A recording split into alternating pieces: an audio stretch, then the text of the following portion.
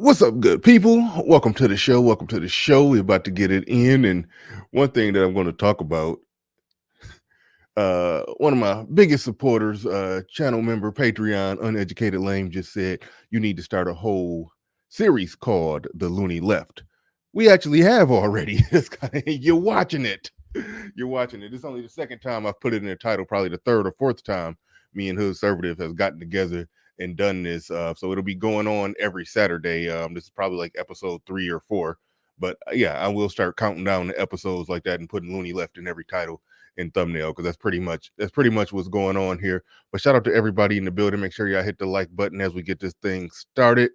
Let's get ready to go. Let's get it.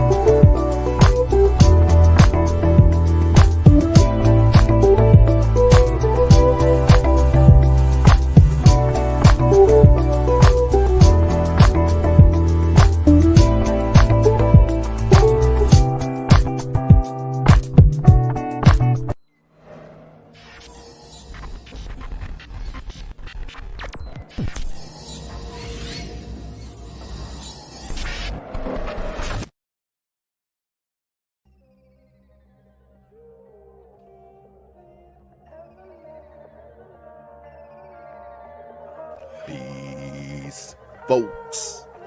This is X from TPOT Media. Open your mind and wake your black ass up. You know what time it is. Hit that damn like button as you make your way in the door. Grab a seat, settle in, get ready. It's the Grown Man Hour with your host, my man, Bernard Riley.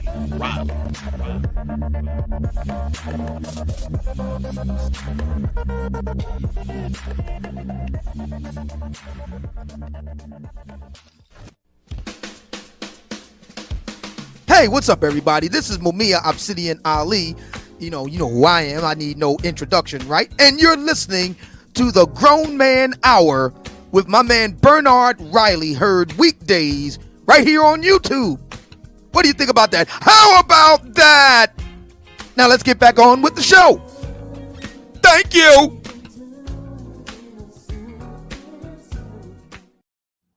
What's up, everybody? We are back in the building, getting it in, like I said, in the pre-ramble before I played the intro.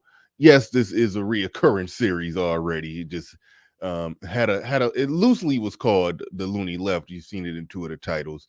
So yeah, that's what we gonna be talking about here. So definitely definitely be ready for that on your Saturday mornings. Musings of an American Mutt. Wow, that's funny. He says, I really enjoy the direction you're going, Bernard, with a lot of these more politically geared topics. Yeah, I mean I used to do that more often, and so we go back into it, we dabble into it, but no, it's definitely will be a reoccurring thing. So shout out to you, shout out to everybody that make it in bright and early. Drop a comment or a like before we even get things started. Shout out to Sun is Hot Ross. Shout out to I guess I don't know if I can't tell if that's an I or L, if that's trail or tree or whatever. Bentley, shout out to you. C Iron Addict, Big Show in the building. Kaya in the building. The Mac the Trucker in the building. Forever Sleep. Shout out to man, y'all got some funny names, man. Y'all be killing me. He said Forever Sleep. Stay woke. All right, the Mac the Trucker in the building is what is going on. Kaya in the building says Bernard looking sharp in the suit. Cut it out. TD Hutch in the building said love the show. Hey, appreciate it. But without further ado, TBE trucking. even though trucking and tricking go hand in hand. You know, all your truckers be tricking, but that's a whole nother, you know, but TBE trick, I almost did it again. TBE trucking, not tricking. And like Big Show says, smash the like button. But without further ado, let's bring up, I can't even say special guest, the Saturday co-host at this point. Saturday co-host. Let's bring him on up. The Hood Conservative in the building. What's going on? Morning, man. And I think I am special. I don't want to lose the specialness. You don't want to lose special. All right, cool. All right. What the hell? You know, special has a connotation here in America. You good with being lumped in with the special folks? Look, I say it on my show all the time. You don't have to listen to me. I'm just some crazy Negro on the internet. I might, in fact, be special. Okay. All right. He's special. I'm reminded of what was the movie? Tropic Thunder. I think it was an offshoot in the movie. It was like a movie it was a movie within the movie where the character name was I think Special Jack or Special something. He was retarded. But anyway, yeah, simple Jack. Simple. Okay, cool. It wasn't Special. Simple Jack. Yeah. But either way it goes, you can't call yourself special. You can't call yourself special. That's just what it is. It has a connotation. Actually, they weeded that out. It's They did. You know, that's so sad too, because that was like one of my low-key favorite movies ever. Just for the weird racial over-the-top humor. That was one of Robert Downey Jr.'s best roles. Like, he played a better black man than some of the black men I've seen on TV. Yeah. That's true. That's true. And he gave an amazing performance. Ain't no ifs, ands, or buts about that. But let's get into it. It's in the title and the thumbnail. Transition clauses. Was there anything you want to set up before we just dive right into it? Because like when you sent me the links, and listen, I don't know how Hood Conservative be finding all this stuff. It's like Twitter and TikTok is an amazing place. If you go digging, you will find it. It's harder to find this stuff on YouTube, but so I'll before we go to rolling clips and everything, if you got anything you want to say to like just set up everything with the whole. Well, before we even get into the transition closet thing, because typically like I don't jump right into the heavy thing first. That's why I showed you like a couple of other clips that weren't quite this, like the lady with the what was it, vegan? No, eating meat is white supremacy now. Oh yeah. Like because I joined Twitter specifically to track weirdo leftist stuff like that. Twitter isn't really great for much, but if you want to follow the weirdness and just, you know, whatever rabbit holes the left find themselves down lately, then yeah, the Twitter is a great place for that. But yeah, Twitter and TikTok are hell, bro. Like I couldn't spend too much time really like associating with the kind of people that I be following on Twitter. Though it's bizarre, man. Yeah, no, that's crazy. Like for me, I know you sent a lot of stuff, but the chick talking about eating meat is white supremacy, like that was weird. But the transition clauses, those ones did jump out to me a little more. Because you know I look at things from a parent's perspective, and there are other things. If it wasn't cloaked under wokeness and leftist liberal stuff, like it would be like that goddamn armed gunman would be showing up at schools. Okay, that's a little extreme, but I think you get what I'm saying. If it wasn't cloaked under that, I think people would look at it as just outright abuse and would respond appropriately. Like those. I'm wondering what it would take for something like what you just said, because I could have went a different direction with this stuff, because we're kind of focusing on the schools when we talk about like the transition closet. It's specifically a school thing, but I'm wondering what it would take for people to really get this pissed off, because I had a different set of videos queued up that I don't know what to do with yet, because I've covered it a bunch of times. You know how when you cover something 3, 4, 5 times, you sort of get tired of it. But Yeah. in the schools, the COVID policies are getting out of hand. And now it's to the point where they have states where like the mask policies are really strict, and it's a lot of, the white people, the leftist white people, whatever, but they're straight up locking kids in closets and locking them outside of the room, the building. So the kids who aren't masked up and taking the injection, they have to eat out in the cold. So I've had like a couple of videos of kids locked in classrooms by themselves because they're not wearing a mask. Kids getting like assaulted by the principal or by some school official, getting dragged out because they're not wearing a mask. So like, I'm watching this shit like, bro, you do this to my kid, and then jail's not a bad place to be, because I'm gonna beat the shit out of you. You do this to my son, my daughter, whatever. Like, you can't do this. And I see it on video, and I don't think violent thoughts. And I'm just wondering how long it's gonna be. All right, now what you just described right there, I didn't see it, so I'm just asking. Was it as bad as you described? You said a kid that didn't have a mask was put in a closet. Not a closet. Did No, I it hear that? wasn't. Okay.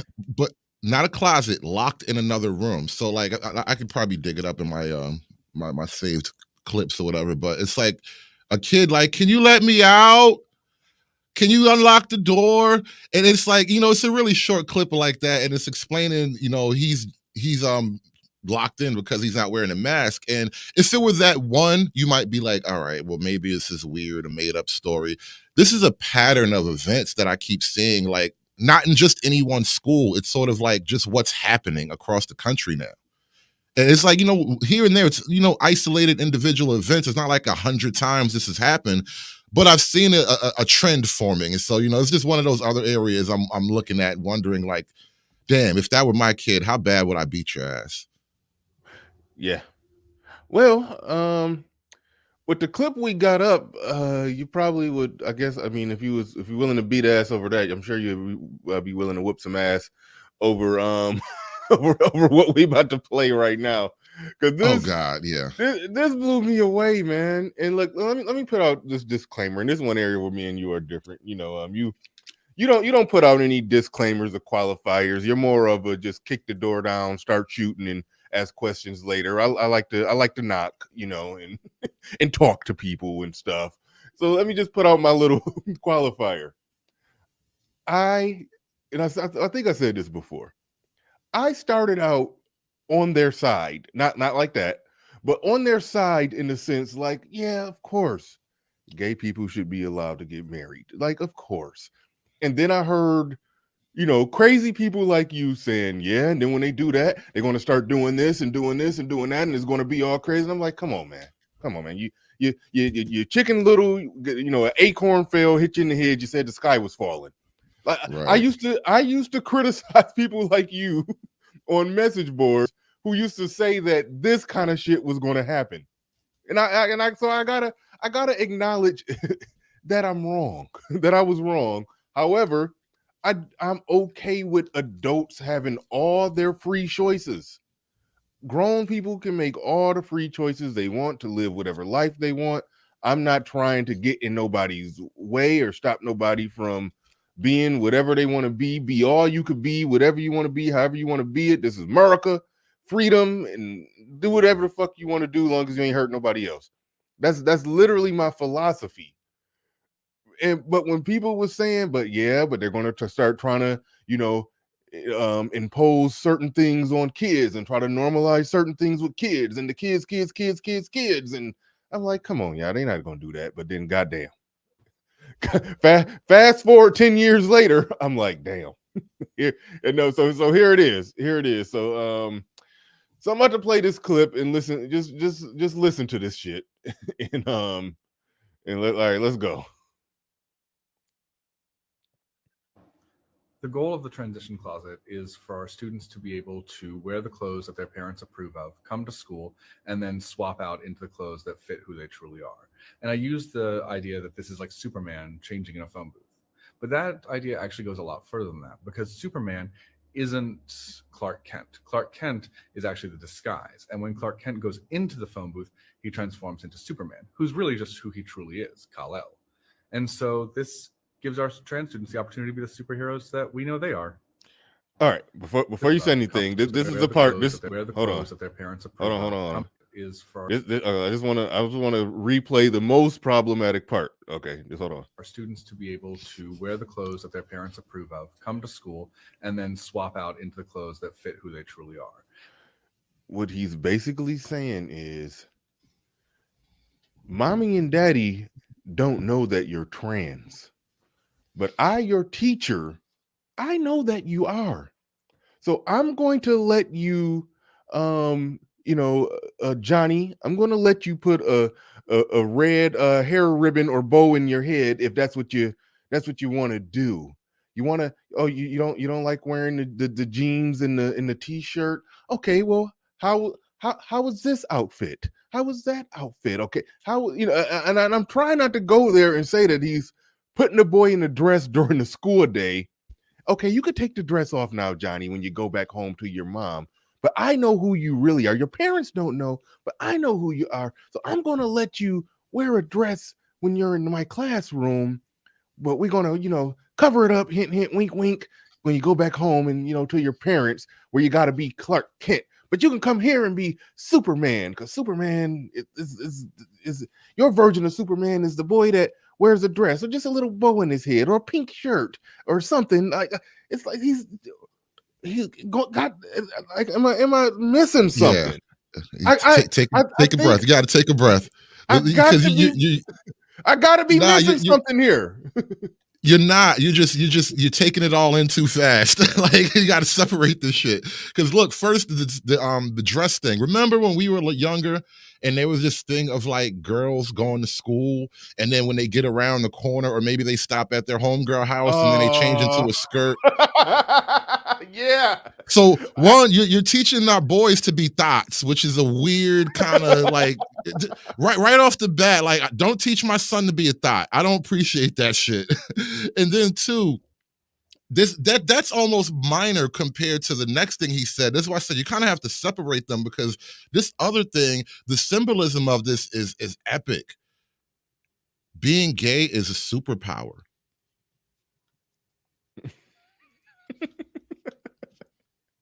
No. He fully speaks in this context. And if you pay attention to how the left operates when it comes to like gay and trans issues, they act like they're fucking superpowers. Like you came out of the closet is equivalent to Saving Private Ryan. Like they really like talk about themselves in this way. So I think we're just getting a perfect example of how the idea goes from one person's thoughts to a child's reality.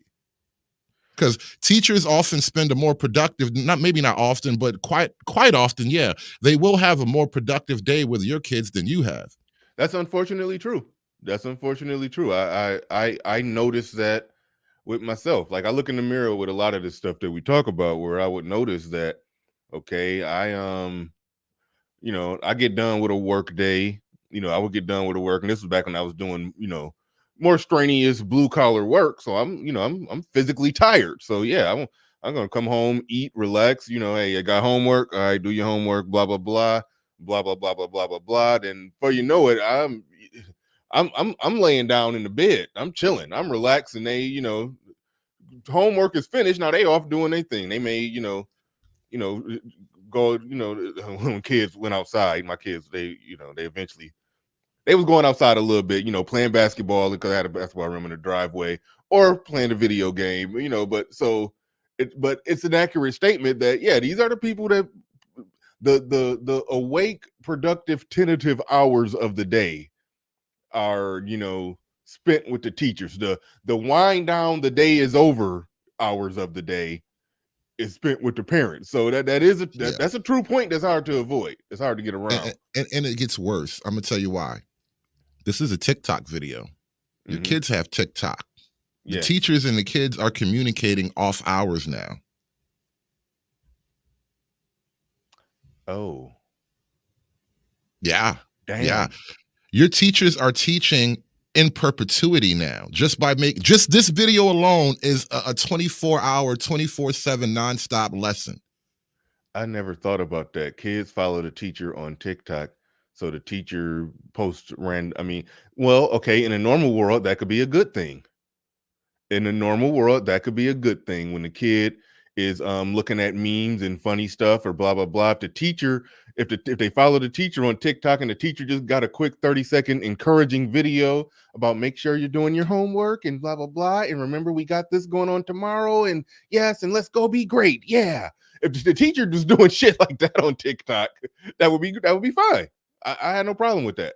You know, this because I just think about that. A kid scrolling down his timeline and he just run into, something from the teacher, that'd be good. But if he running into this shit, I was like, oh man, no.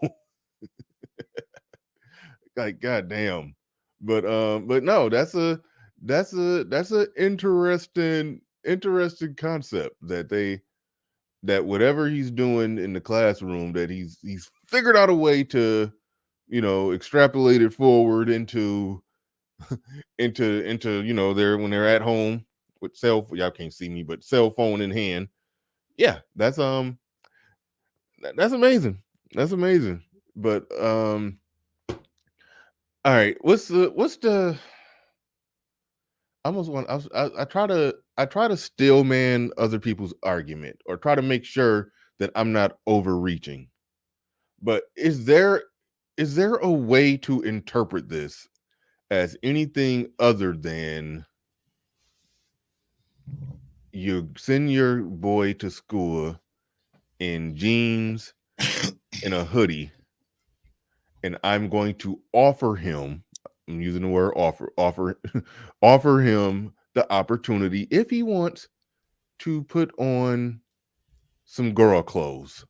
Is there, and then take the girl clothes off when he goes back home to the parents? Is there any other way to interpret this? I want to make sure that I'm not tripping, because I was about to blow a gasket until you caught me and pulled me back. But is there any other way to interpret this? If you're gonna try to steelman it, even though steelman is creepy, basically, I guess they would say that parents have not been properly educated because, it was never a thing discussed, and, gays and whatnot were oppressed since like day one of all of history. And so parents were never going to allow their children, the room to explore their sexuality properly. And what they would argue on the other side is that more kids are probably gay or trans than parents would allow them to be. So if you simply allow and encourage and give them room to grow into their gayness and transness, then they'll be fine. That's essentially the gist of it, that, kids are essentially more gay than we think they are. I think that's a big part of it. I think that they think the percentage of gay or trans people is actually higher than what the data shows, because the data shows something like 3 to 4% of the population is actually gay, even though I know people would argue that, but that's the data that I looked up a while ago. I don't know where it's at now. I've heard some weird stuff when it comes to women and bisexuality, those numbers go up real high. But when it comes to just people who are just full blown, absolute 100% gay, yeah, it was something like at 3 to 4%. And when it comes to trans, what they're talking about here, where it's oddly enough, it's like they're making it all about trans people. When they're talking about that, it's like significantly less than 1%. Significantly less than 1%. So in order for them to do all that they're doing, if you got 20 kids in a classroom, statistically speaking, none of them are trans. If you understand that it's less than 1%. Go ahead. Here's my issue with everything you just laid out. And you're not wrong. It's just that once you get to the classroom, so basically you'll start out with a group of kids who you would have never otherwise considered them to have any homosexual leanings. Most kids just don't. Right. But by the time they start this person's class and then end that class and move on, a certain percentage of them will automatically Exactly. identify. Not automatically, but just miraculously identify. They will start this person's class and discover that they had some latent gayness that they never even knew about. And I'm telling you, this is how it's done. They can't make babies. They can't pass on their culture and genetics at the same time. So they have to just pass on their culture to other people's genetics. That, damn, I didn't look at it that way. That's why the recruitment effort is so strong. That's why, as I call it, inceptioning people with ideas is so strong with them. That's why the propaganda war of it all is a war that they're fighting on every front. Like they are all about that. They are all about winning the narrative, putting the narrative out there, canceling those that speak against their narrative. They are big on that because, again, they can't pass it down through their genes. That's wild. So yeah, they want to culturally inception it into other people's children, and that's literally what they're doing. One of the previous videos we did, it was basically we played a lot of clips of that. Some of it you sent me that we didn't, we got caught up and I didn't get to play everything of, basically either parents encouraging their kids to be that way, or or encouraging other people's kids, or as they would say, creating an environment that's conducive for them to, explore aspects of their self that they otherwise wouldn't have had they, not been in such an LGBTQ friendly environment. It's like, so in their mind, they either have to think that it's a higher percentage that is that way than what it really is, or they don't care. They want to influence more people to be it. And it's crazy to me because something like that, like, listen, I understand acceptance. I understand wanting acceptance. And I think they got that. I think at this point, can we just acknowledge that when it comes to that initial war that they were fighting on that front of acceptance, I think they won that war. They are accepted. When I'm watching Hulu, because I'm watching a season 4 of Attack on Titan. I'm not a big anime fan, but that Attack on Titan show is pretty good for the anime nerds out there. But I'm sitting there watching that. I was on Hulu, a eHarmony commercial pop up, and it's two dudes, just kissing and doing happy-go-lucky relationship stuff. Black dude and white dude, they just happy and kissing each other and sharing a peanut butter sandwich, and it just is what it is. I swear that stuff ruins stuff for me. Like I can't, like I will stop watching the show after a while. Like you can't like overdose with that kind of stuff. You gotta sprinkle it in there lightly. It was a commercial though. I mean, oh yeah, no, I no, you are right though. I do hate when you just watching a normal show. And you watch it's like it's season 1, you like 5 episodes in, you're liking the show, and just out of no damn where it's like, oh, the main character just start performing oral sex on another man. Like, wow, I didn't see that coming. Yeah, like Empire. Like I totally couldn't watch Empire after a while. Like, nah, bro, it's just too much. No, that happened in a damn good show. I forgot the name of it. Lovecraft Country. Not the main character, but I think the main character's dad, who, again, you're watching a normal show. Well, it wasn't normal because it was all kind of spooky witchcraft voodoo stuff happening. But either way, but you're watching a normal show, and then just out of nowhere, the main character's dad, I forgot the actor's name or the character's name for that matter, but yeah, he just started either he was sucking a dick or somebody was sucking his dick in the alley. A dude, like, it was like, so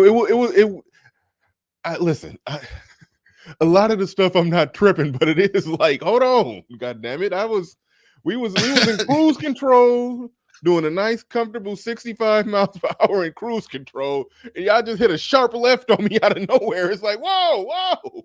Yeah, now see, I had a more serious point to bring up when I All right, go started ahead. talking about this, because like it's ultimately I don't care. I don't care to see it, mind you. I don't want to know about it, but I don't care that two guys are doing stuff like Exactly. it's cringe, Exactly. but go fine, whatever, bro. I'm not gonna go kill you over it. I'm not gonna bother you over it. I do not want to interrupt your life whatsoever. You go do that, and I'm gonna get back to my regularly scheduled events. Here's the difference, though. Just like in the conversations around the manosphere, I ultimately do not believe the gender war is about who is sleeping with whom.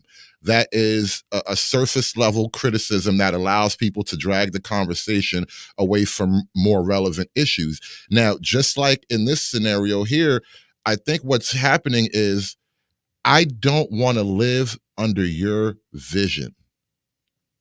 We are having an argument. We're having a battle of visions, a battle of worldview, a battle of what's appropriate. And I don't want to live by the rules your people set down. Simple as that. Yeah. Oh, Ray Hanna, you probably will never find it, but to what you're saying right there, talk about the black chick that turned herself into a white woman. I don't know if you can find it in my archives, because I don't know if I put it in the title, but I know I did a stream where I did spend some time talking about that.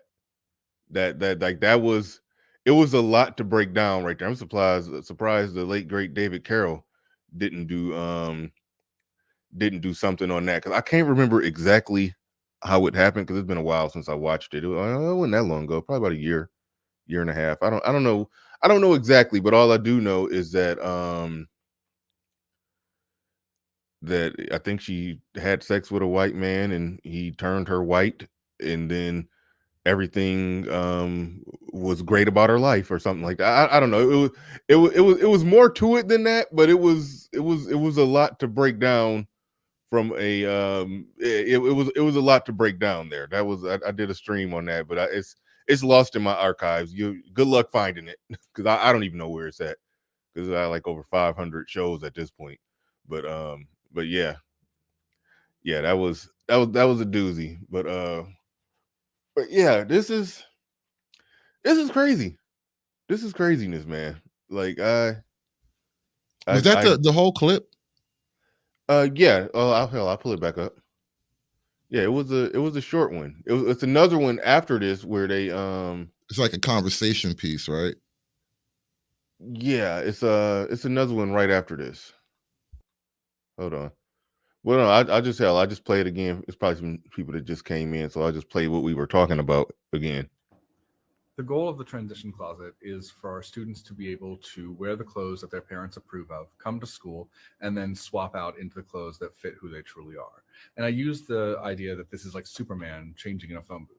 But that idea actually goes a lot further than that, because Superman isn't Clark Kent. Clark Kent is actually the disguise. And when Clark Kent goes into the phone booth, he transforms into Superman, who's really just who he truly is, Kal-El. And so this gives our trans students the opportunity to be the superheroes that we know they are. All right, now the next one, and I don't know if you got anything you wanted to close out on about that one, but the next one is it's going to be somebody else who I think was referencing this guy. I'm not sure. Well, we'll see. But the next one, they're going to be still talking about the same thing and how it more or less came to be. And this is from Twitter. It's called Teachers Exposed. So man, you be following some good. Oh yeah. See, it's the same dude. That is the same dude. Let me pull it up. It's somebody else who was talking Yeah, to him, another teacher. Let me see. They're discussing. It's like a strategy session or something. Yeah. This is a damn think tank boardroom. Try to figure out how to get this done. This is their brain trust right here. Be there for them. What'd you call it? Their brain trust. they're yeah.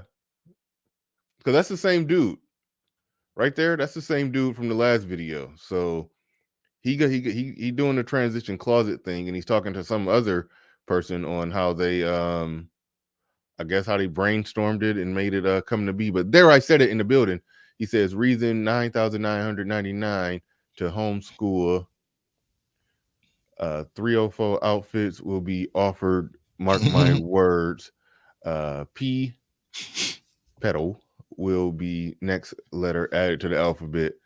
It's Man, already don't. been added. The LGBTQ plus. It's been added silently. I'm just saying. Okay, man. All right. See, this is where I don't be wanting to believe it. But just like I said before, How'd that work for you last time, bro? It didn't work out last time, but I'm gonna hold the line that I don't believe they gonna go that far. No, they're not. They're not. Dude. They're not welcoming pedals under the. There are conversations that I have a hard time even figuring out how I want to put on my show as like subject matter. So like recently there was on Libs of TikTok, she's got a probably the best channel on Twitter right now, is as far as this particular set of information. But there was a conversation between I want to say two college professors. At least one was a college professor at CUNY, so it's like somewhere in the New York State region. But they both were discussing minor attracted persons. That is the new acronym for pedophiles, a MAP, M-A-P, a minor attracted person. And the college professor was discussing how essentially it's not that harmful. It's not that bad. And these guys have been made into monsters, and they're really not. Now, Okay. I don't know how to do a stream about that, but I wanted to call an interview with the vampire. That was the closest I could get to making a stream about that kind of stuff. All right. Wow. So a college professor was arguing that the minor attracted person is not that bad or not that harmful. All right. Let me. Okay. Oh my, yeah. We might have to touch I on will that. find it for you. I will find it for Well, you. just let me ask you this: were they saying? Because I've heard it put this way, and I understood it, but it's still nothing that you should be, advocating for. Because if somebody's attracted to children, they should be viewed as public enemy number one. That just is what it is. But did they try to No, he's explain? literally the opposite. He's literally saying they should not be viewed as public enemy number one. That is the entire gist of it. Okay, well, all right. Yeah, I gotta check that out. I gotta check that out because I said they not going there. I said they not going that far with it. I said that. I said they not like I know. Okay, all right. We'll dig into that later. We'll dig into that later. I'm not even. I can't even fathom that one. But Ecopone in the building with the $5 super chat. Shout out to you. Shout out to you. Do appreciate you coming through, supporting the stream. Appreciate everybody who support the stream. You said MAP with yeah MAP. That's they got an acronym. But all right, here we go.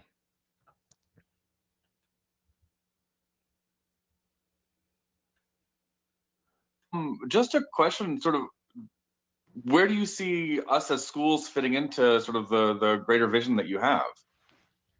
Great question. So before I got started with Amari at the Transition Closet, I was trying to find my way to work in schools. I've always known that I wanted to be like, first I want to be a teacher, but then I was like, I don't want to go back to school. Like, I'm terrible at school, but I want to help the kids. I want to be there for them. And so then I was like, okay, like maybe I could find a way to like talk at schools, or maybe I could find a way to be a mentor at schools. And then Amari, we came across each other on TikTok. Amari was doing the binders with GC2B in the closet, and we just kind of collided. And so we're like, all right, cool. We have all these things that we can give to like trans people of absolutely any age. And then you came along and you mentioned like, I want to be able to offer these services in my school. And I was like, no way. Because the way I see that is, we get to start working with students and being that support that they need. And your school is going to be able to set an example for not only the rest of the schools within your entire school district, but for schools within the entire state, in the country. And so I see us being able to set a strong example for other teachers, other administrators, other students, other alumni who want to get involved at their schools. And we can provide that support with the example that we set to see services from the transition closet all across the country. All right. All across the country. Yeah. And I've been making this connection when I have these arguments with like the pro-black crowd about CRT in particular. And I know, you know, a lot of black people are just sort of emotionally attached to certain ideas because, you know, blackness and all that. But I keep reminding you guys, the same people, the same teachers that are trying to beat us over the head with this CRT stuff are also at the same time trying to backdoor this gender bending stuff. It goes hand in hand for a reason. Wait, say that again. Say that again. The same people that are what are trying to do what? What did you say? The same teachers that are trying to beat us over the head with the critical race theory are also trying to backdoor this gender theory. This is gender theory at play, basically. And so the critical race theory and the gender theory are being implemented at the same time by the same people. And I don't understand it 100%, but they apparently go hand in hand for a reason. Have they started calling it critical gender theory yet? It's already a thing, yeah. They don't call it critical gender theory, but I mean, honestly, I think it's already a thing. Right. I just was waiting to see if they already started calling it that. That would be, you know, funny at best. But go ahead. Decades ago, when like these sort of writings became popular, I think it was initially just gender theory, critical gender theory. But right now, you know, they're calling it anything but that. But it still stems from critical theory. Everything that we're talking about comes from this branch of philosophy, I guess you could say, called the critical theory, the school of critical theory, something like that. No, the Frankfurt School. But that's when critical theory sort of began. And basically it's just like, you know, criticizing everything to death. Oh, I got the guys right here. Oh yeah. This came out February 1st. Wow. Shout out to Theo. The CPT. Critical Pookie theory. They're talking about a damn transition, a Pookie closet. Yes, he can. Yes, he can transition to a Wookiee, actually. You know, recently there was a shooting, an Antifa shooting, right? So in Portland, Antifa was getting out to like do their little marching and rallying or whatever. And apparently they got out in front of the wrong guy's house. And so they had words with the guy. I don't know who pulled first, but rounds were exchanged. People were shot. It was technically a mass shooting event. One lady died. A couple other ladies got hit. The homeowner himself, he got hit. And it turns out he's a furry. You know what a furry is? Somebody who has something to do with sex and something to do with the amount of hair/fur you like the sexual partner or object. Oh no, you're totally off. See, this is why you gotta read the internet. No. That's literal. I was verbatim quoting somebody. They was describing. It was okay. I was down a rabbit hole, and okay, I'm not even going to explain what rabbit hole I was down when I was researching something. I don't even want to get clipped on it, but I understand. Believe me, I was researching something for potential content, and then I said, nope, I ain't going, and I just backed out. But that's what somebody down that rabbit hole described a furry to be: somebody who likes to who's into furry people or things. Anyway, go ahead. Well, tell me what a furry actually is. Okay. A furry is basically a group of people. It's like a whole community, and they dress up in essentially fur costumes. So like imagine like one of those, not necessarily. I mean, yeah, they will have sex if they need another hot. It is not all about the sex. It is an identity. And so, you know, every organism has sex. So it's not about the sex. It becomes their identity. They literally, like, I just saw a picture of a guy in the U.S. military in full furry gear. getting awarded his like medals and shit. Like people want to walk around and be known as their Fox self and their Buffalo Ken self and shit like that, bro. It's way beyond bizarre. But yeah, it's not just boning. It's a whole lifestyle. Okay. So I forgot at this point. Why did you bring up furries? Well, because what's the name wanted to be a Wookiee. Oh, okay. Now, okay, yeah, that's where that came from. Okay. Yeah, shout out to Theo, man. You can live your dreams. And you got the money for it. That's really what it is. You got the money to be a Wookiee. Yeah. Not everybody else has the money to be a Wookiee. Yeah, Theo can actually make it happen. He can get him a whole combine, a whole community of people skipping around in damn Wookiee costumes and having sex too. They listen, they not skipping around a campfire dressed like Wookiees to not have sex. Like, come on, they gonna get it in. Yeah, I'm not taking that one. I don't want to go there. I'm just not taking that away from him. Like, I don't even understand the mechanics. Is there like a little unzip pouch thing that comes down at the appropriate spot? Like, all right, fine, bro, whatever. Now I'm exposing that I know too much about this, but yeah. Anyway, Theo wife in the building says, I'm coming out of the closet as a Pookie Wookie. This is my new lifestyle. Respect me. Right on. Hey, I'm all about the respecting adults' ability to do what they want to do, how they want to do it, when they want to do it. Life, liberty, pursuit of happiness. Because you ain't hurt nobody else. And I even accept that there's a percentage of that's a whole nother rabbit hole. Yeah, make sure y'all get this person blocked. But that's a whole nother rabbit hole. But I do I accept that. I'm not with the furry Wookiee stuff, but just with gay people in general. I do accept there's a percentage that are just that's just how they are. They're born that way. We talked about this before, how we ain't like the Spartans, even though they was gay as hell, but we ain't like the Spartans. If society determines this person is non-conformant, we got to toss them off a cliff. Like, no, we're human beings. There are some people that are different. They should be accepted and respected as human beings. This damn recruitment effort in the classroom, like what we just talked about here with Homeboy, talking about trying to get the transition closet nationwide all throughout the schools. It's like, what the hell? Like, that's where it's getting weird.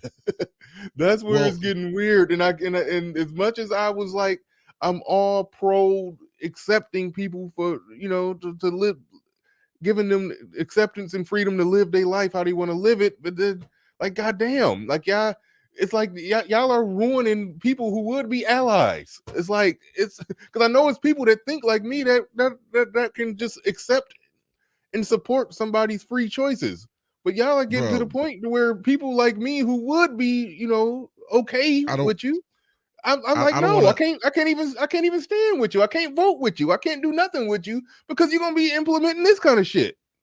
Exactly. Right, and it's not just that. And I don't want to make it a thing, because I know, listen, I have no ill will towards anyone, and I assume the same of you.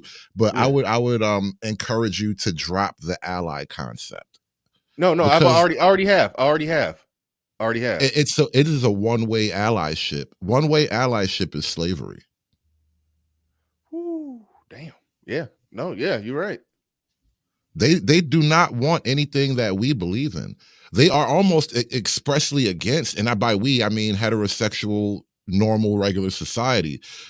They are almost expressly against and want to tear down the rules and the order that heterosexual society is built on. So on that level, like, no, I don't see any room for allyship. I think it's enough that I'm not, mean to you. Fair. I'm not your ally, but I ain't, I'm not going to stone you. Yeah. Put the rocks down. We can talk without everybody any rocks. Can drop the rocks. Put the rocks down. There will be no violence. There will be. But now, speaking of violence, this conversation is why people start making jokes about wood chippers and flamethrowers, the Flammenwaffen. Like this is right here why everybody sort of loses their shit over this whole subject matter. Maybe your kids should leave the room for a second. I don't think there's any profanity. It's just the ideas. Yeah. No, nobody's. I'm the only one here right now. It's just the ideas. Now I'm speaking to the audience, but it's just the ideas that are about to be expressed. But here you go. The right infringement case that we don't get, they can't give their valid consent, and therefore it's wrong in virtue of being a right infringement. And there's a view that it's exploitative, that even if it's not harmful, Yes. even if it's not a right infringement, it's somehow an exploitation. I've heard all.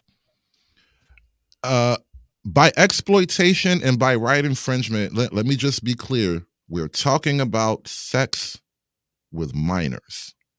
Whoa, whoa, whoa, whoa! I didn't know that's what we was talking about. I forgot why you pulled this up. I'm having brain farts. Yeah, we literally run it back. Okay, so a while ago in the conversation, you sort of issued a challenge. You did not believe that they were just discussing pedophilia in a normal sense, like it was a regular thing. And I was trying to explain to you, no, this guy recently, he just got fired from his professorship or whatever his position was at SUNY, so State University of New York. But he just got famous. He made himself famous with this clip, and they're discussing why sex with minors is not quite as harmful as everyone makes it out to be. Okay, run it back from the beginning. The right infringement case that we don't get, they can't give their valid consent, and therefore it's wrong in virtue of being a right infringement. And there's a view that it's exploitative, that even if it's not harmful, Yes. even if it's not a right infringement, it's somehow an exploitation. I've heard all these. Yes. Okay. Right. So those are the three dominant arguments. And none of these convince me. So Me neither. the harm argument, well, there's actual empirical controversy over this. Sure. Yeah. And the rights-based argument. Wait, hold on. Now he's saying he is not convinced by any of these arguments against pedophilia, mind you. He's just not sold yet. Your arguments against pedophilia aren't working for him. Now, I have heard somebody make similar argument talking about a 16-year-old. Let's be absolutely clear. Well, I'm just going to assume, because people, black folks, we throw around they had that damn word. We throw that around loosely. Like, we'll call somebody that if they're messing with a 15, 16, or 17-year-old, even though that's technically accurate. The working definition for it's prepubescent, pre-puberty. That's so I just want to be absolutely clear. They are talking about under the age of 12, pre-puberty human beings. That's what they're talking about, correct? Well, yeah. I mean, you got to understand, a 16-year-old in a previous time would have made war, made a baby, and killed a man all in the same year. Like, they're talking about children right now. They're actually talking about children who can't do any of those things. Right. I just wanted to make sure that, like, they're talking about children right here. This is good. This isn't that well, people get married at 15 type of argument. They are talking about actual 10-year-olds, 8-year-olds, like that. So that's I just wanted to. Oh my goodness. Just roll it, man. Listen, bro, this is the kind of the rabbit holes you find yourself down sometimes. But these all right, people hold on, but real. wait a minute. Okay, so now I do see how you can make an argument that they're hand to hand, because I'm teasing this out in the name of being precise. Is the LBG? I be forgetting their damn LGBTQ. The LGBTQ. Do they accept, like, okay, I understand that they would want to get under that banner of LGBTQ and then put the P in there, even though you said it's already there with plus. They would want to get under that banner. That way they'll have more protection or whatever. But is the LGBTQ folks accepting of them under that banner? You see what I'm saying? They accept the LGBTQ and they're trying to smuggle their kink in with it. But does the LGBTQ accept them? That's an important question. I would argue that there is probably some minor maybe pushback. I don't see any full-scale pushback. What I think is generally happening is the goal and the direction that things are moving in is that ultimately minor attracted persons will be considered a sexual choice, like I'm not a sexuality essentially. I will identify as, minor attracted, and it will be a respected sexuality.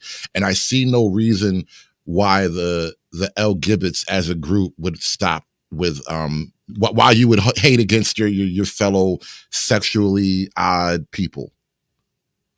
Well, if they were genuine and reasonable, they would draw the line at harm to children.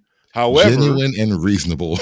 however, however, they would draw the line at causing harm to children. But then there's the previous clip where, at least in one context, they don't mind causing harm to children because they got transition closets at the school where they taking kids and letting them go into a closet and change into some that the boy can go change into a dress and wear the dress at school and then go back in the closet at the end of the day and take the dress off and then put on his regular clothes. That's actually a thing that they're actually doing or trying to do. So even more than that, my point is, in that sense, that's the evidence that we just laid out that they don't mind harming children. So clearly they're not about they haven't drawn a hard line when it comes to harming children, but maybe I'm hoping that some type of morality kick in with them and they say, oh, hold on. We're about indoctrinating kids. We don't want to fuck them. But I'm hoping that they do that at least. But all right, go ahead. This is why I hate this subject matter sometimes, because like the phrasings and the jokes that you stumble into, you would never think you would have to say this sort of stuff out loud. Like they only want to indoctrinate the kids. They don't really want to fuck them. They're sitting there thinking, like, what kind of monsters are you? We just want to indoctrinate them. Y'all are going way too far. But look, then the other guys are going to respond with, oh, so you're just going to treat me like the white man, huh? You're going to come with this white supremacist sexual rules and stuff. Like they're going to start playing a game with them. And now they can't fight back because it's like, oh, we can't be like the white supremacist. Like, yeah, we got to let you be gay. Like it goes that far. It really is like that kind of logic. They're going to be like, so now we're being the oppressor now. So we got to, right. we got to let anything go. Otherwise we became the oppressor. Yes, and then this is what's so crazy. If you go back to that not the first clip, the previous clip when he was talking about he wanted to be a teacher and really couldn't find like how he could fit in and where. He didn't talk about his love of the arts. He didn't talk about he wanted to teach kids algebra and quadratic equations. He wasn't talking about freaking gym class and getting that fat kid to climb the rope. He was only interested. He became supremely motivated when he knew he could help the kids be gay. And that's when he decided, yes, this is my calling. How many people make that logical rationale when they approach teaching? Because it has to be a thing now where so many teachers are getting caught out there pushing this weird stuff. It has to be a part of the motivation. It's like, no. You want to do this to the kids. You want to talk to the kids about your queerness. You want the kids to call you they, them now. That's a part of your goal. It's on your resume. Yeah, I forgot about that clip. I think that may be the next one. Yep. Oh man, my son is hot. Ron, really. Oh wait, I forgot it's more with this. But let me just read the super chat. But I forgot it's even more to play with this one. Yeah, because I'm completely caught off guard by this clip right here. But anyway, they say it's not that harmful. Well, tell that to adults who got molested when they were under the ages of 5 through 12, who are still affected by it. Yeah. All day. Absolutely. All right, go ahead and roll the rest of this. Thank you for that super chat, Son is Hot Rod. Do appreciate it. Appreciate everybody who supported the stream. Go ahead and roll the not so beautiful bean footage. Oh, you got it. I think, look, we make children do all sorts of things that we don't want to do. Right? Thank you. We make them go to church. We make them go to the temple. We tell them to go to school. They got to go to the dentist. They got to go to their sister's ballet recital. And we don't care what they say. And they want to do things. We say no, right? They say, I want to stay.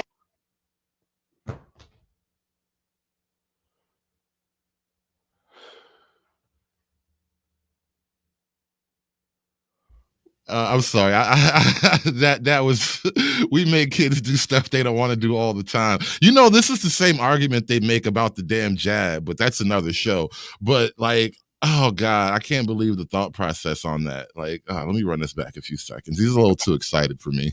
You don't want to do. Right? No. Like this guy right here, the host, it says unregistered with Thaddeus Russell. The guy on the right with the glasses and the big forehead, that's Thaddeus Russell, right? Mhm. Shame on both of y'all, because you a little too excited coaching them on through this shit. You just like high-fived them basically. Rights-based argument.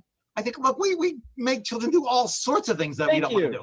Right? Thank you. You know, we make them go to church. We make them go to the temple. We tell them to go to school. They got to go to the dentist. They got to go to their sister's ballet recital. And we don't care what they say. And they want to do things. We say no, right? They say, I want to stay up and watch, Creature Feature on WPIX until, 2 in the morning. We say, well, it's tough. That is all a child's life is coercion. Right, that's right. Is coercion by adults often to make the child do something for the adult's pleasure only. That's exactly.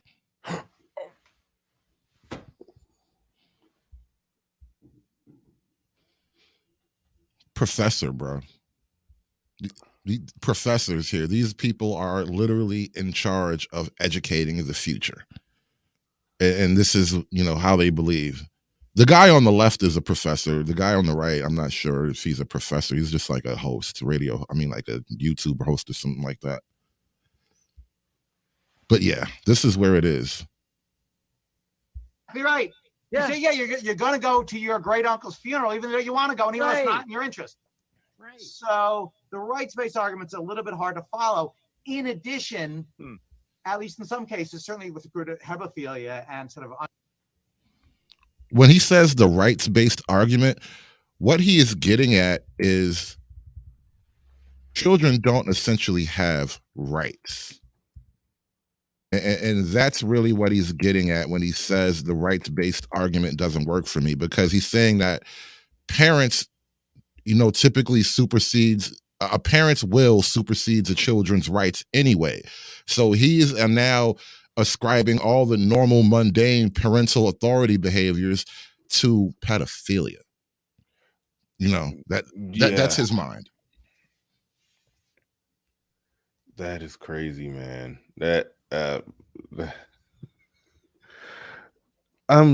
Okay.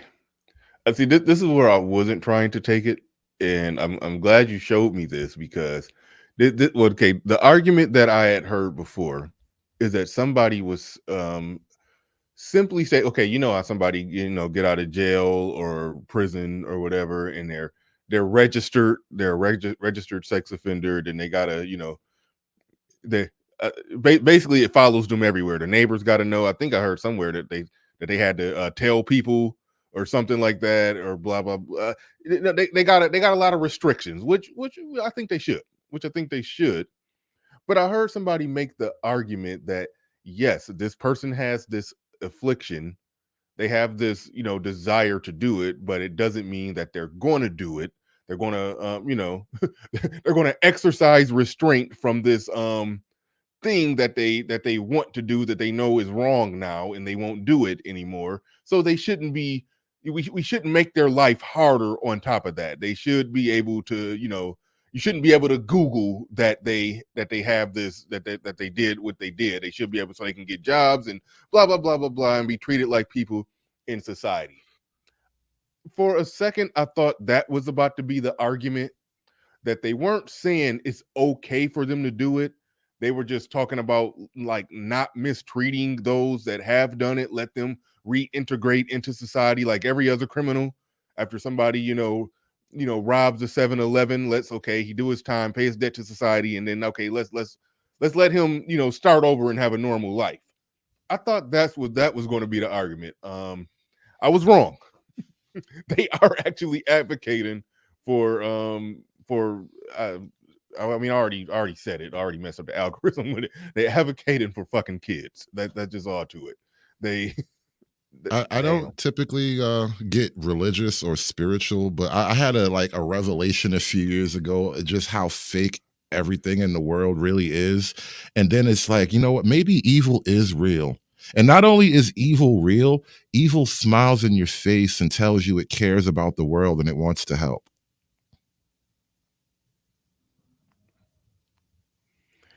Yeah.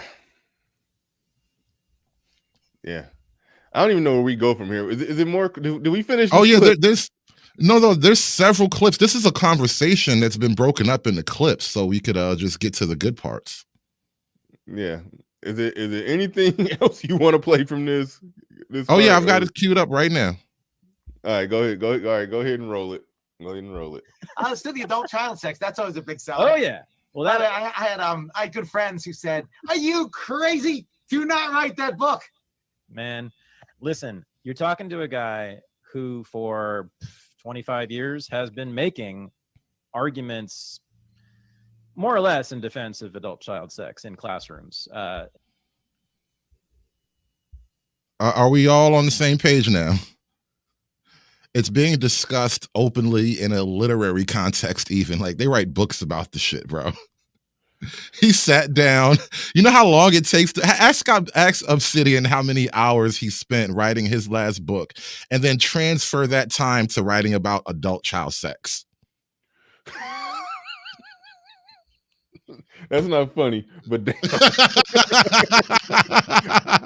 you get the amount of man hours it takes to do that, and you devote that amount of time to adult child sex. Like, wow.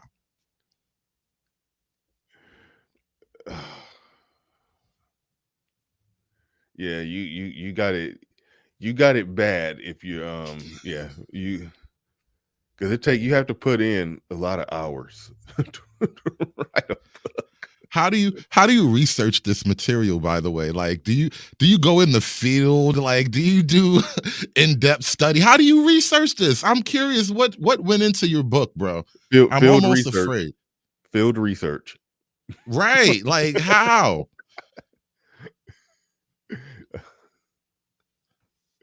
This is typically like I want Chris Hansen to walk in the room and make it all better. It's really what I need. Chris Hansen, save me. Where's Chris Hansen when you need him? Shit, goddamn. Yeah, I don't know if it's the same argument as yours, but I even authored a piece in the Daily Beast in which I called into question the age of consent laws. Which is, and I brought to bear the arguments I was making in class, and I'm going to see whether they jibe. Still the adult child sex. That's always Yeah, so they had a whole conversation along these lines, and because he got fired after this paradigm case.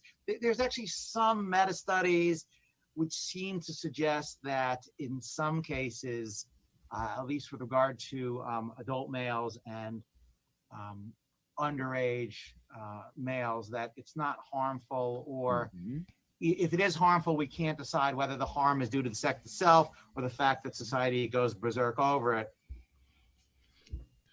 In California recently, they sort of tweaked their age of consent laws to essentially make it theoretically possible for a 21-year-old to have sex with a 16-year-old.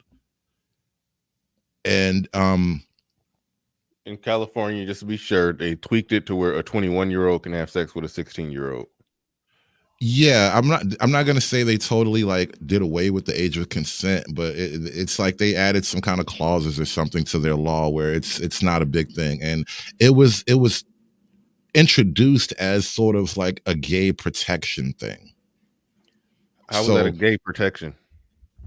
So if you're a 16-year-old gay boy, you can now have your 20-something-year-old boyfriend. Okay, but does that also apply to straight? The rule has to apply to straight people then too, right? I don't know that it would be seen as that way. I guess in the strictest sense it could be, but it wasn't pushed as that. It wasn't advertised as that. It wasn't defended on those terms.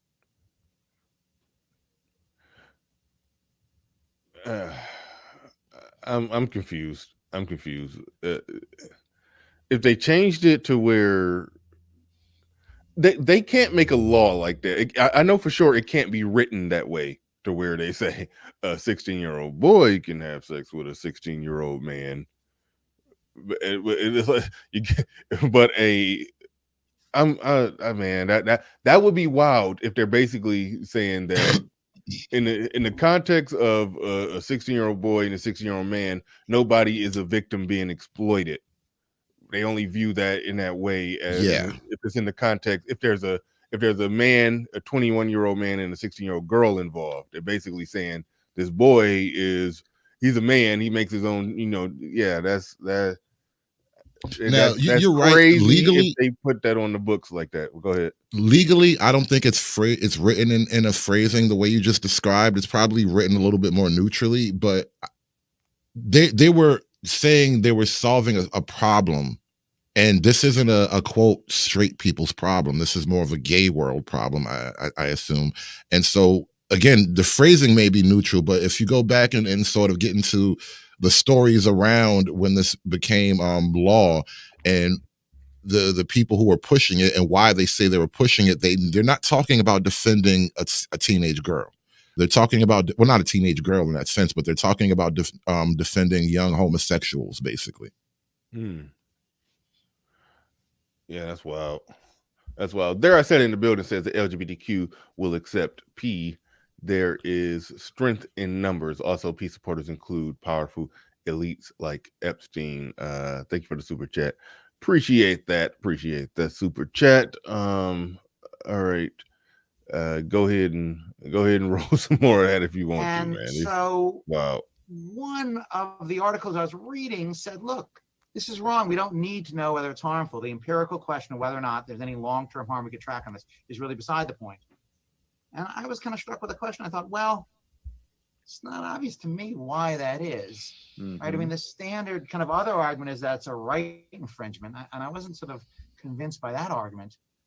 And also when it comes to hebephilia rather than sort of adult child sex, so sex with like young teens, it's not clear to me. I mean, look, there's at least some. See, now where we're clearly pushing the line down, young teens. So you can, 13, 14? Like, because you brought up the age of 16 before, and we kind of all agree that's a quasi, just almost adult age, but you're not a child either. He's pushing it back even further than that weird quasi borderline of 16. Yeah. I'm reason to believe that that individuals are, designed by evolution to begin reproduction at that period. So if they're designed by evolution to begin reproduction, it's not clear why it would be physically either harmful or emotionally harmful. And so there was kind of like three different explanations, none of which convinced me. Yeah, that was the end of that clip. Right. But again, they're just essentially pushing down the age of consent little by little, year by year, basically. But like I said, this guy got fired after all these clips went viral. Good. That's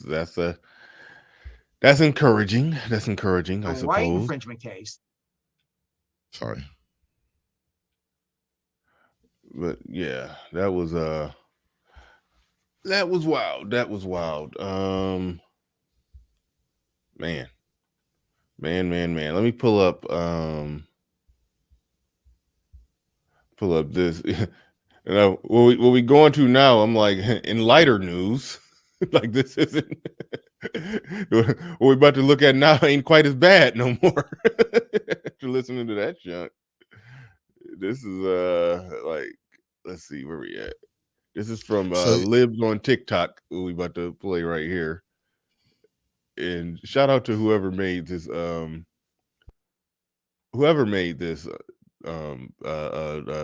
do you call it? No, hold on, wait, is this Libs on? Is it okay? Yeah, Libs on TikTok. Yeah, whoever made this TikTok page where they just catch them doing and saying wild stuff that they ought not be saying and ought not be. Yeah, it's the best channel on Twitter, bro. It is. But yeah, so we're about to roll this. This is taking a different way. I mean, we deterred into where we're just at, and I was ready to make a sharp turn out of there because man. So anyway, we're going back into the topic we was on to some degree. But Woke Quill in the building says the MAP, minor attracted person, argument is if kids can understand gender at a young age, then they can understand consent. ABC put themselves in a corner with that. I mean, he means the LGBTQ put themselves in a corner with that. And that goes back to what I said, is that the MAP people, even if the LGBTQ are not on board with them, they're definitely going to fight to get on that ship, because they can use a lot of the same arguments, basically. But Will, oh my god. Now, Azrael the Daywalker said they pushing P heavy. Oh man. But all right, I'm about to roll this. All right, Miko. So this question says, what do your students call you since you're non-binary? Miko's one of my students. What do you call me, Miko? They, them. That's my pronouns, but what do you call me as your teacher? Teacher Roby. So you know my pronouns are they, them. You know that you go by, or I go by Teacher Roby. What are your pronouns? She, her. Very good. And how do you feel about calling me Teacher Roby, and how do you feel about my pronouns being they, them? I feel good about your pronouns, and I think you should accept yourself and don't listen to the disrespect. You should definitely accept yourself. Absolutely. I love that for you. And when sometimes if a student messes up my pronouns and says she, her, or calls me Miss Roby, what do I say? You say she or they. Right. And then I also will remind you to call me what? Teacher Roby. And that's it. Do I ever get upset at you? No. Do I ever make you upset or feel unsafe? No. Do you feel safe? Yes. Very good. All right. Say bye. Bye. All right, Miko. All right. Before I pass this one to you, the only thing I'll say about this is that, and it's a point that you brought up earlier, where all the kids are on TikTok, and guess what? The teachers are on TikTok, and some of them, based off the clips we've seen, is using that time on TikTok to connect and talk to their students, in addition to the lesson that they teach during the day. They're organically teaching this on a TikTok timeline or news feed or whatever they call it on TikTok. And yeah, that's interesting. I don't know what to say. Like I don't got that much on this one. Like this is this one didn't seem as like I said, this one is lighter compared to the first one that we played, where the first one was definitely abusive, was definitely problematic. He's definitely infringing on a parent, definitely keeping something secret from the parent, convincing the kid that they're trans, and I'm going to let you change clothes at school and take your clothes off, or go into the transition closet and change into a different outfit, a dress, put on a dress, wear it at school, and at the end of the day, go back in the transition closet, take the dress off, and go home in the boy clothes your parents sent you to school in. That's a problem worthy of being fired and a lawsuit. Right here, this wasn't that big, but it's still. But I'll let you lay out I'll pass it to you to lay out why this, even though it wasn't as big as that one, it's part of the same cocktail base. It's in the same cocktail. But go ahead. How many fingers does the typical person have on any one hand? 5. What if I told you it was only 4? You would be incorrect unless you're playing a game with the thumb. The thumb is what if you couldn't succeed unless you sincerely believed that there were 4 fingers?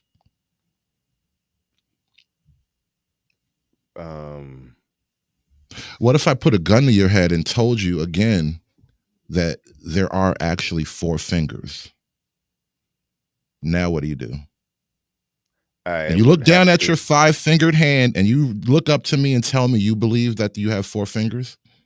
Yeah, that's what I would have to do. Well, that's what she's doing. Yeah. even though she's cloaking it under, again, nice language. I'm not being mean to you. I'm politely correcting you. This is what I prefer to be called. If you accidentally call me Miss Roby, I'll just politely correct you. That is Teacher Roby. And do you feel disrespected? Do you feel like I'm being mean to you when I say that? Isn't that a hostage video? It's like, listen, the hostages are fine. They're fine. As long as they say the words, nothing bad will happen to them. So, okay, that's the I'm reminded of that one. That's the okay. That's the problem in this video, is that it's a conditioned, engineered, manufactured response. And now that she has coached the response off camera, okay, now I'm going to put you on camera, and I'm going to say the right things, and you say the right things, and everybody looks happy, and that's okay. Got it. I don't care. I need that if somebody money. decides to loot a Gucci. What the hell was that a clip, or was that your personal life? I don't know what that was. Nah, I was typing something in the chat and totally forgot to mute myself, because like the hotkeys sometimes will just bleed into the mic. What is a hotkey? I was trying to, like, you were talking about sound effects and stuff on another stream, and I got sound effects queued up on my keyboard. So if I type in, like, I got on my hotkeys as the numbers. So if I type in something, like if I press number 1, it'll literally play a sound effect. Like, okay, I thought I need that money. Okay, I thought that was background noise in your personal life. I thought your baby mama was pulling up on you while you was live on the air. I honestly thought that's what was happening. Nah, not this time. Not this time. Okay. All right, good to know that ain't your baby mama. That just pulled up on you. But anyway, a story to tell in the building says, this make me not want to have kids. Well, damn, don't say that. I mean, if you're a parent, you just take control of the situation. But this is, social commentary on what's happening on a broader scale. But no, you got control over your own kids. But he said this is going to eventually be part of the curriculum, and you will have to repeat a grade for not participating.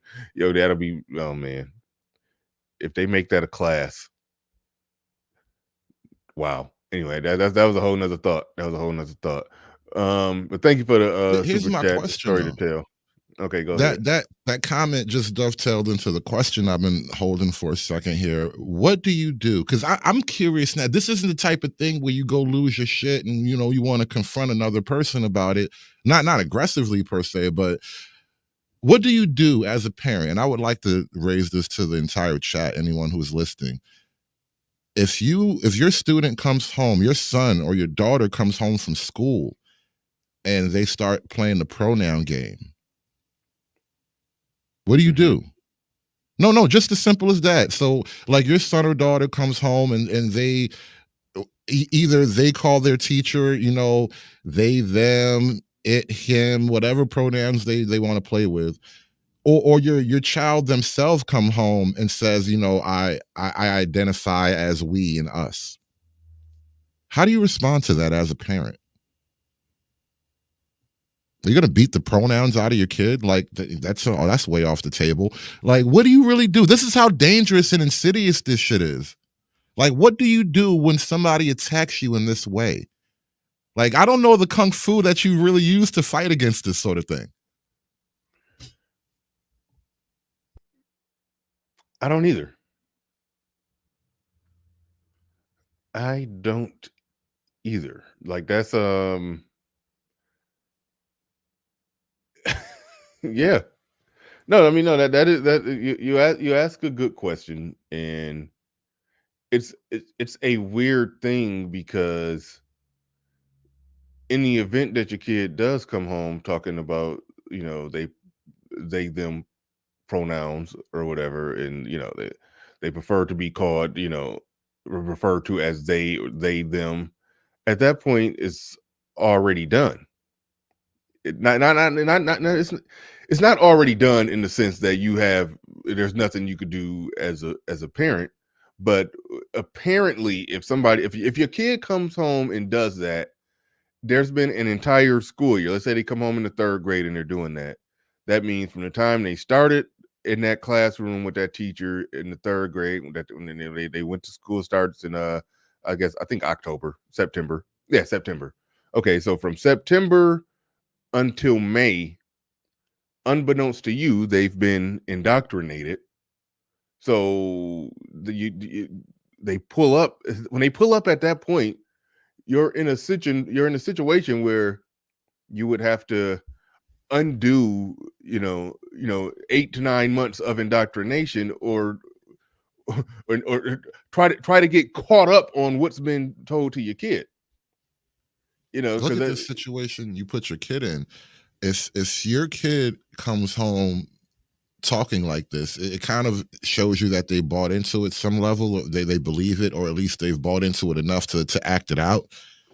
And so that's two things happening. One, there's the internal conversion where they genuinely think this. They thought about it and it makes sense to them, and this is what they want to say and do now. And then there's two, the social side, and that's the other angle.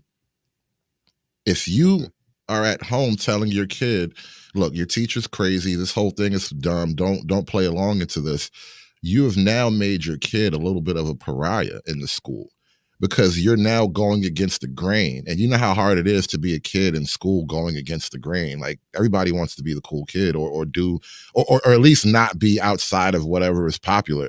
And when they start making this sort of thing popular, you put your kid in a bad spot. Now it's like, well, you're going to fight the teacher? You're going to tell the teacher you're wrong and weird for being a she, them? Well, bigger than that, kids look up to their teacher, and typically for good reason.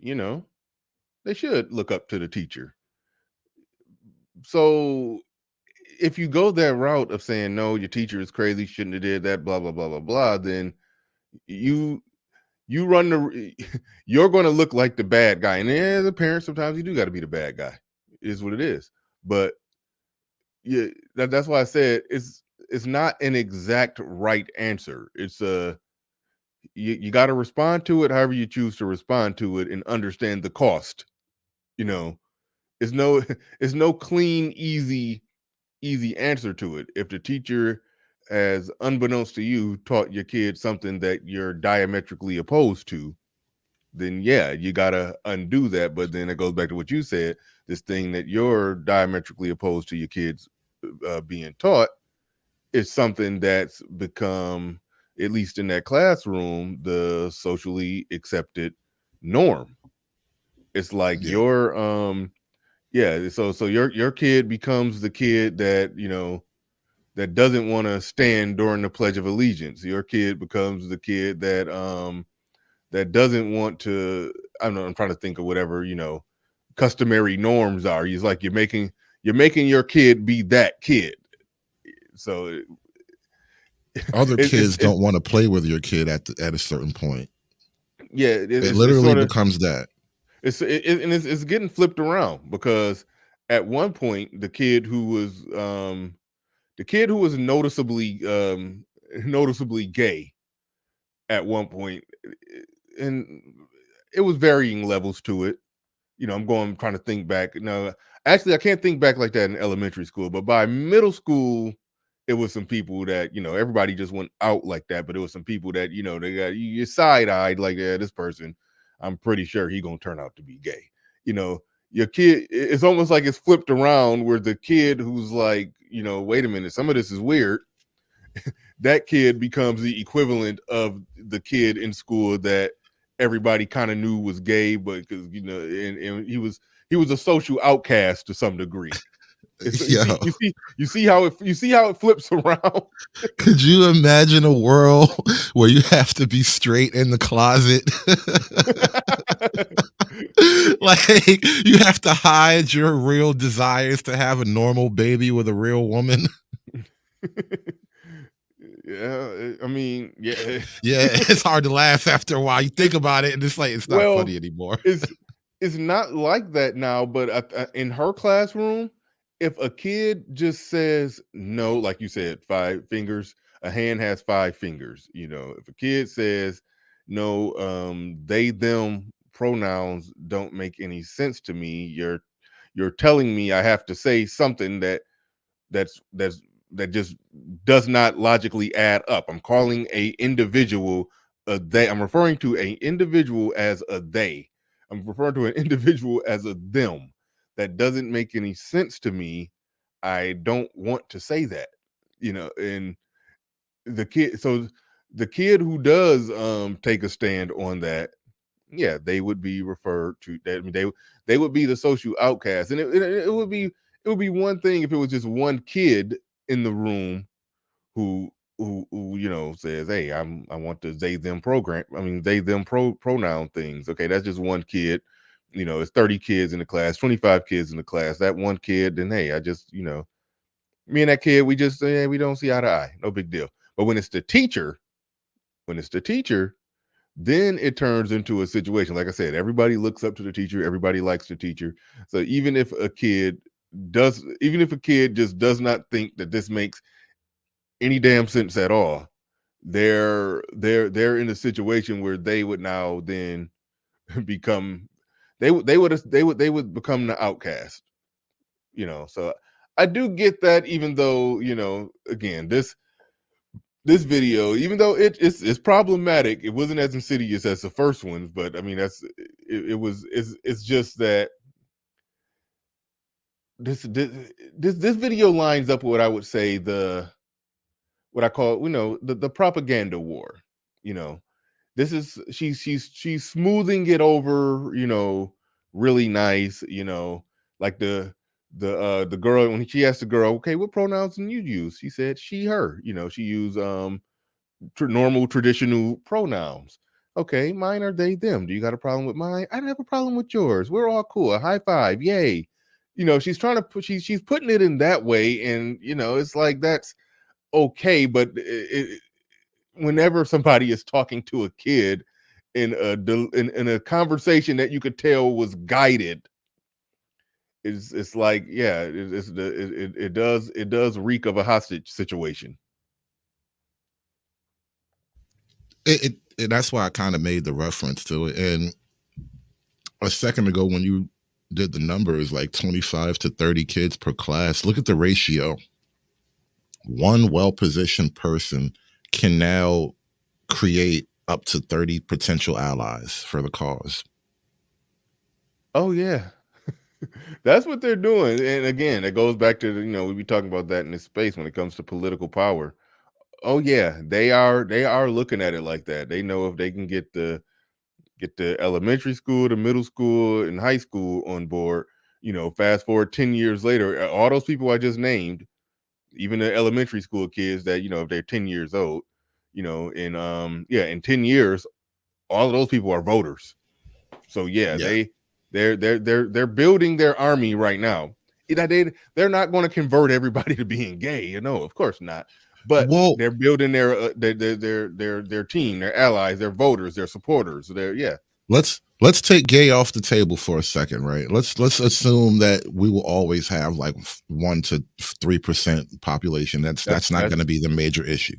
Yeah, let's just set all that aside. That's what I've always right. said. Even though I could disagree because of what we're seeing here, but let's set that aside for a moment and let's just focus on what this means for heterosexual relations going forward. Now, this is part of the reason why, like, I don't really want to get into like a lot of the nitty gritty parts of the manosphere dating, mating conversations, because it's too micro, in my opinion.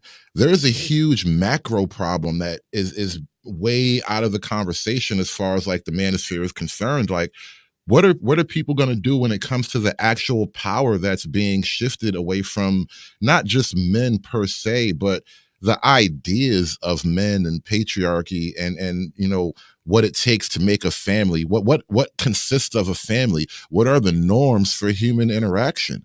And that whole conversation is sort of being left off the table, and it's way bigger than just, these people and these people need to get together. It's like, I don't think people really know what's coming down the pipeline. It seems like relationships are going to take a real major hit. On top of everything now, the relationships are going to take an even greater hit when like the next generations come out and the concept of a relationship is almost forgotten. I mean, look, if they're destroying because what I see really happening here is destroying of reality, or destroying of concepts. And along with that destruction comes like real world effects. And I'm telling you, people who operate on this them extra pronoun, we can be whatever gender we want to be, no one has really been able to explore what that means, just population wise, relationship wise. How are these people actually going to reproduce and have families? Like, are we going to have generations of furries? Like, my daddy was a furry, like his daddy before him and his daddy before him. Like, this is not going to work out in the long run. Well, when you say it's not going to work out in the long run, it seems okay. That's only if the goal is to convert 100% of people over to a certain lifestyle that doesn't produce. I mean, what do you mean by it won't work out in the long run? Because I mean, that's not the goal. That's not. It's not the goal to get 100%. The goal is to change the cultural norm. Right. So how would that not work? On a level of what it means for relationships, what it means to actually pair bond and have like just basic male female dynamics. This is an attack on basic, relationship dynamics, in my opinion. I don't necessarily see it as.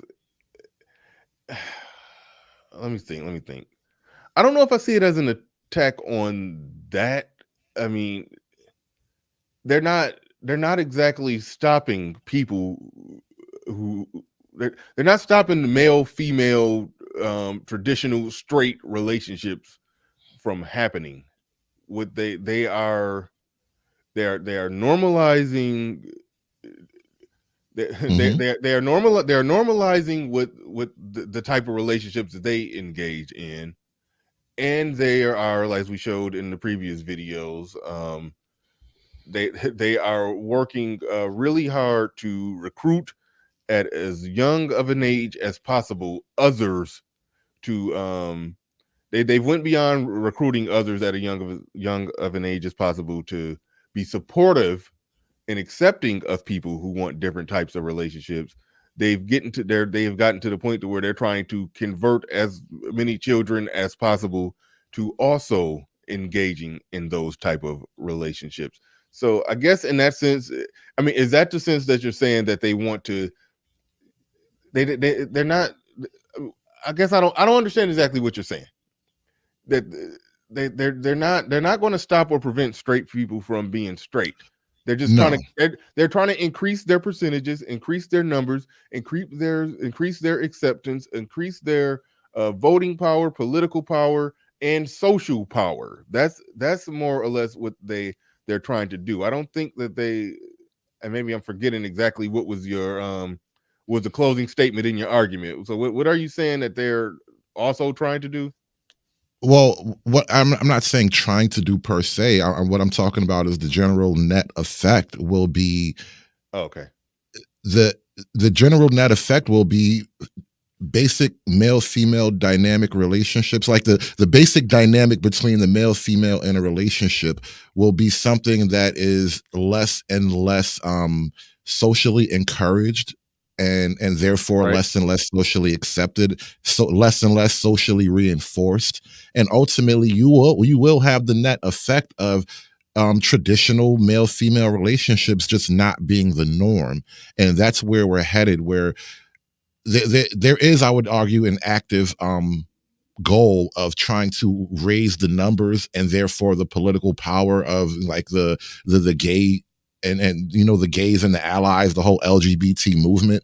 There is a sort of movement, I guess. They are actively trying to raise their numbers, and this is a way to do it. And the net effect of raising their numbers will be decreasing our numbers. Yeah, when you say decreasing our numbers, are you talking about as in straight relationships? As in purely straight relationships. And then when you get down into purely straight relationships, it'll be definitely non-patriarchal straight relationships. Now that part right there, That's okay. I was just going to ask, are you going that way? Because when it comes to a patriarchal straight relationship, because they understand there's going to be straight relationships, but they want it to be very egalitarian. Oh, okay. So take it like this. Take it like this. Why do we, as straight people, want gay people to write the rules for how straight people relate to each other? We don't. We shouldn't. And it's happening. Yeah. A story to tell in the building with another super chat. He says, in the future, they will be the bullies. Our kids will get beat up and not be able to describe who. That's actually funny. They'll get beat up and won't be able to describe who did it. They did it.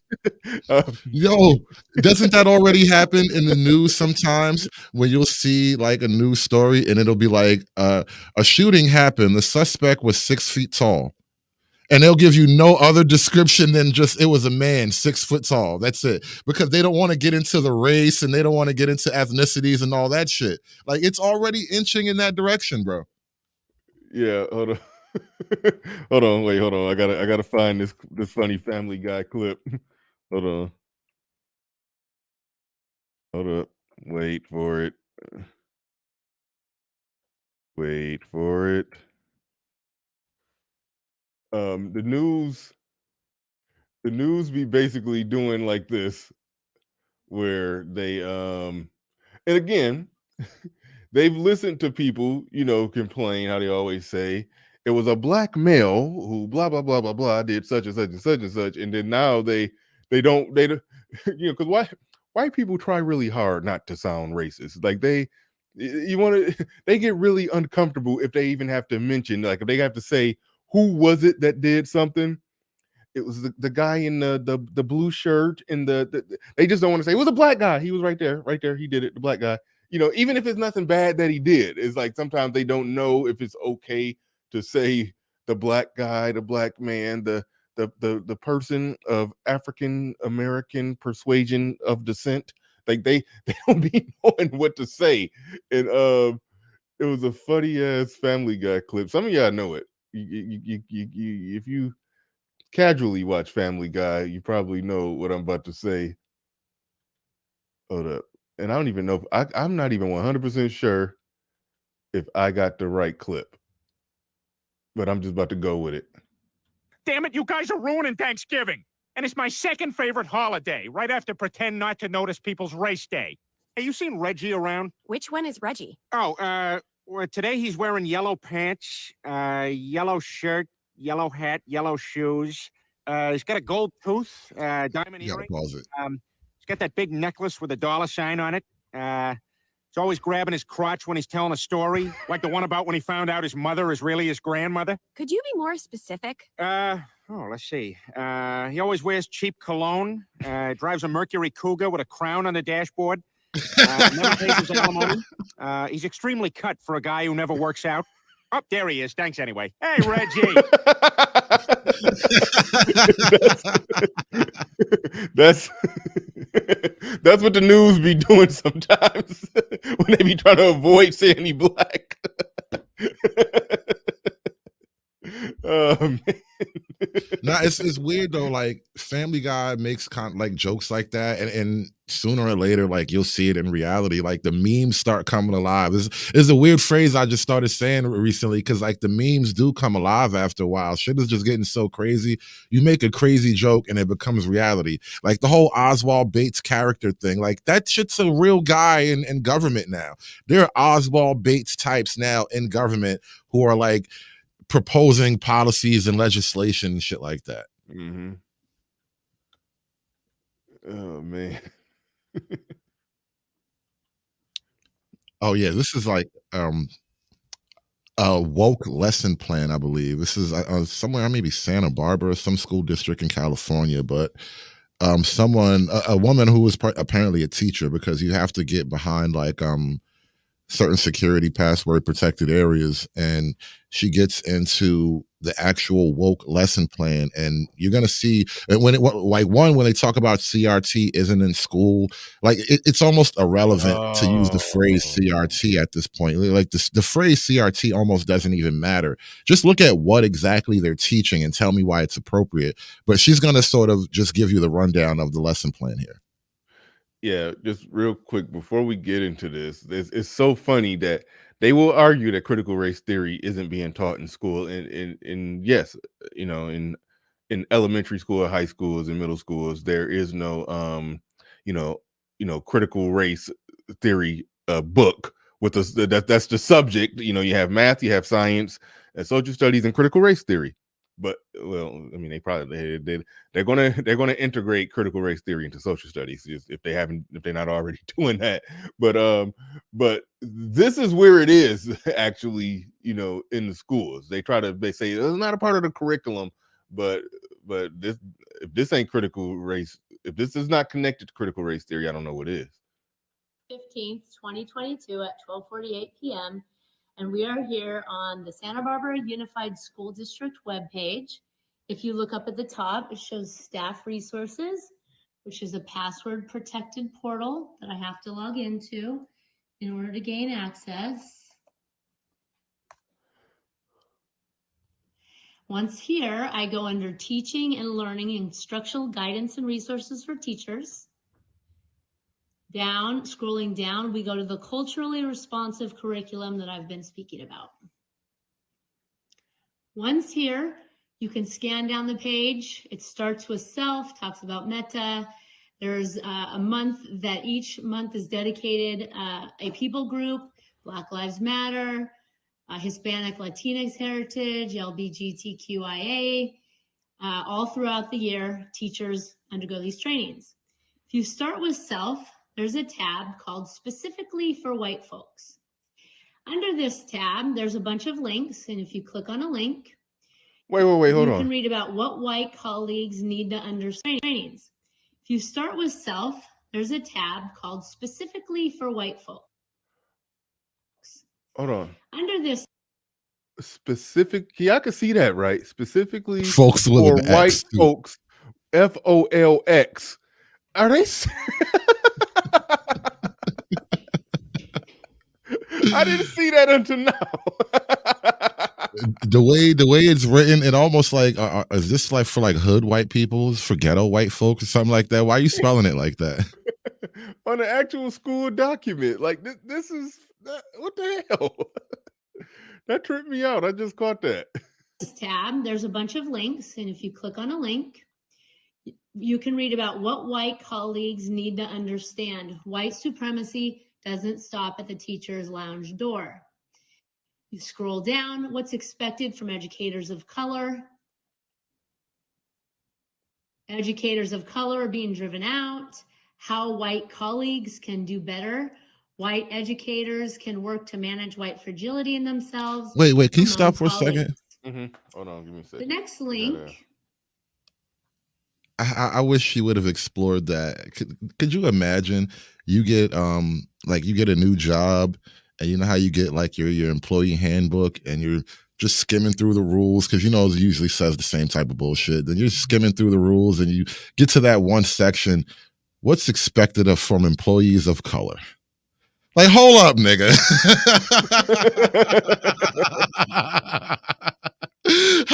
How in the fuck you even write some shit like that? What's expected from employees of color? Nobody thinks there's anything wrong with just coming at me like that. You ain't even know if I did anything wrong yet, and you got a whole special set of rules for me. Damn. I don't even know what to do with this. Some of this stuff, okay. I'm just going to roll the tape, but it's like, what's expected of white people, what's expected of black people, what's expected of this. I mean, it goes back to, and I think we talked about this on the last show or show before last, how when there's been times when, I'm at the job and, either the only or just a few. It's a small percentage, minority of black people in the room. Black people, minority in this country, 13% of the population. So in any given meeting at a job, if it's 20 people in there, it's not, if it's 2 black people in there, that's sort of lines up with the ratios, if I'm not mistaken, close to 10%. So yeah, if it's 10 people and one of them is black, then that's close to 13%. Round down to the nearest 10 place. So yeah, 1 out of every 10. So yeah, 20 people in the room, 2 of them black. That's 10%. So when they're doing diversity stuff, diversity training, diversity acknowledge, and it's like I'm just sitting there, as the blackest person in the room, and I'm like, this whole damn meeting is about how to cater to my feelings or something. Like I can't stand this shit. It made me feel very like I'm like, what the fuck is I literally I've literally just got, I was over this shit before I start looking at it, looking over it online and seeing stuff like this, so it's like this stuff is, it's ridiculous. It's ridiculous. But I'll roll the tape and let's just see where it's going and everything. But the story to tell in the building says, I will not brush my waves on the sales floor. that's in the hand. The black rules. Yeah, you can't brush your waves on the sales floor. No, you cannot do that. You must take your do-rag off in the car and put it in the glove compartment before you walk onto the premises. Yes. This is the part of I actually do that for real. That is a real rule. I was just gonna say, this is the part where you start asking, what should the black rules be? Like, I need help. I want the audience to help. Like, what should the black rules be? Yeah. It is a Vox website. How to be a good white ally according to activists. I would imagine if you mention ally, that. Wait, hold on. I got confused real quick. I forgot. This is for a school, just to make sure we know. Okay, she opened up the file like this is an inside thing, like as an employee at the school. This is what you like. What is this? I forgot what we're looking at. My bad. No, you actually had it right. She is apparently a teacher in the school district. This is why she has access to this password protected material. Now, once you get inside the material, you find out all this woke programming stuff. It's essentially, like she just said, how to be a good white ally. And it's the teachers are learning to be good allies so they can make the students good allies. Ah, okay. But they're racist. All right. According to activists. I would imagine if you mention ally, that must mean they're enemies at the moment. This talks about what white person's job is at a protest and what it isn't. It says that their job is to do, quote, everything in their power to put their bodies between the body of Black people and police. Here on this third link, we have Paul Kivel, who gives guidelines for being a strong white ally and what people of color want from white allies. He says the basic tactics are assume racism is everywhere, every day. Notice who is at the center of attention and who's at the center of power. That's what he's talking about. We have how to talk to white folks about race. Next link says 75 things white people can do, but when you go there, it actually is 105 things white people can do for racial justice. White people do something. It's basically defunding the police and a new, smarter approach to public safety. It says to donate to BLM, make small crimes legal, do not support prisons. It says donate to BLM, the people who are under. I didn't do no content on it, so I didn't research it that strongly, but I do know that they're under some investigations and all kind of stuff right now. I think for what they're doing with the money. Is that fairly accurate, or have you followed it? Yeah, for the same reason. I didn't cover it, so I didn't really investigate it that much. But because it's also like, I mean, BLM ran off with the bag. Dog bites man too. It's really like an old story at this point. So Yeah, I didn't want to cover it that much. yeah. But what's funny right here? Why? Hold on, stop. What's funny is why, in order to help Black people, do they say make small crimes legal? They said that. Oh shit. Running back like 5-10 seconds, it was just like Oh, donate you to know what? BLM and make small crimes legal. Like, hold on, Yeah, what do you mean? I heard donate to BLM, and then I shut down. But I do remember when I watched this before we came on here. I do remember I did make it to that part where they did say make small crimes legal. White people do something. It's basically defunding the police and a new, smarter approach to public safety. Says to donate to BLM, make small crimes legal, do not support prisons, and reduce prison sentences, and lots of information like that. All right, making small crimes legal. Why you got a problem with that? Why do you want us over policed? What do you mean by small crime? I thought I stumped you for a second. Like, listen. Go ahead. No, nah. I'm just saying. Let's think it out here. What is a small crime? Like, if I punch you in the mouth, it's a small crime. If I steal your car, is it a small crime? See, I was about to say something goofy, like stealing a Butterfinger from the gas station. You can't make that legal. See, okay. I do. Wow. Okay. So what's this? Yeah. What's a small crime? Jaywalking.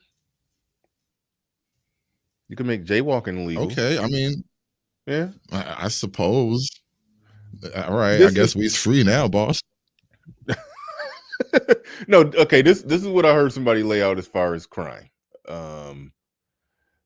The cost for insurance, to have insurance on your car, is really damn high, and a lot of people can't afford it, and so people get their car, they got to drive to work, they don't make enough at the job to cover the insurance, so they drive illegally. So in order just to leave the house as an American, you have to break the law, unless you're in a certain economic class. What's your thoughts on? I'm just throwing you a random curveball. What's your thoughts on that? Making that no the crime of getting in your car driving to work without without insurance, because you can't afford to take on. I mean, in some cases, depending on how old you are, driving record, blah blah blah blah blah. POPD insurance could be damn near $300. That's a small crime, getting pulled over, no insurance, going to work or something like that. What do you think about that? I would argue.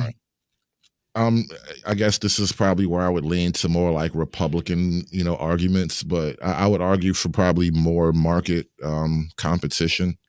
So if it's expensive for the insurance companies, there's probably 2 or 3 insurance companies max that you could choose from, and they have a quiet deal to set the bar. So there are probably other avenues of attack you could use to solve problems like this besides just making crimes legal. Yeah. So you're saying there's some type of non-competitive monopoly on insurance to where they could just charge it through the roof and then make billions of dollars, because the number of people that just got PLPD just so they could be illegal and on the road, they're going to pay for the people who have actual insurance to when they got to pay $10,000 to get their car fixed. Those people are paying for those people, but the insurance company keep the rest and gets rich. But competition could come into it and change the whole game. That's okay. The liberal view of it is make the crime legal. The conservative view is introduce competition into the market, and that'll drive the price down to where it's affordable. Okay, I just threw you a curveball. That's something that there are some things in this country where that open the door for some over policing.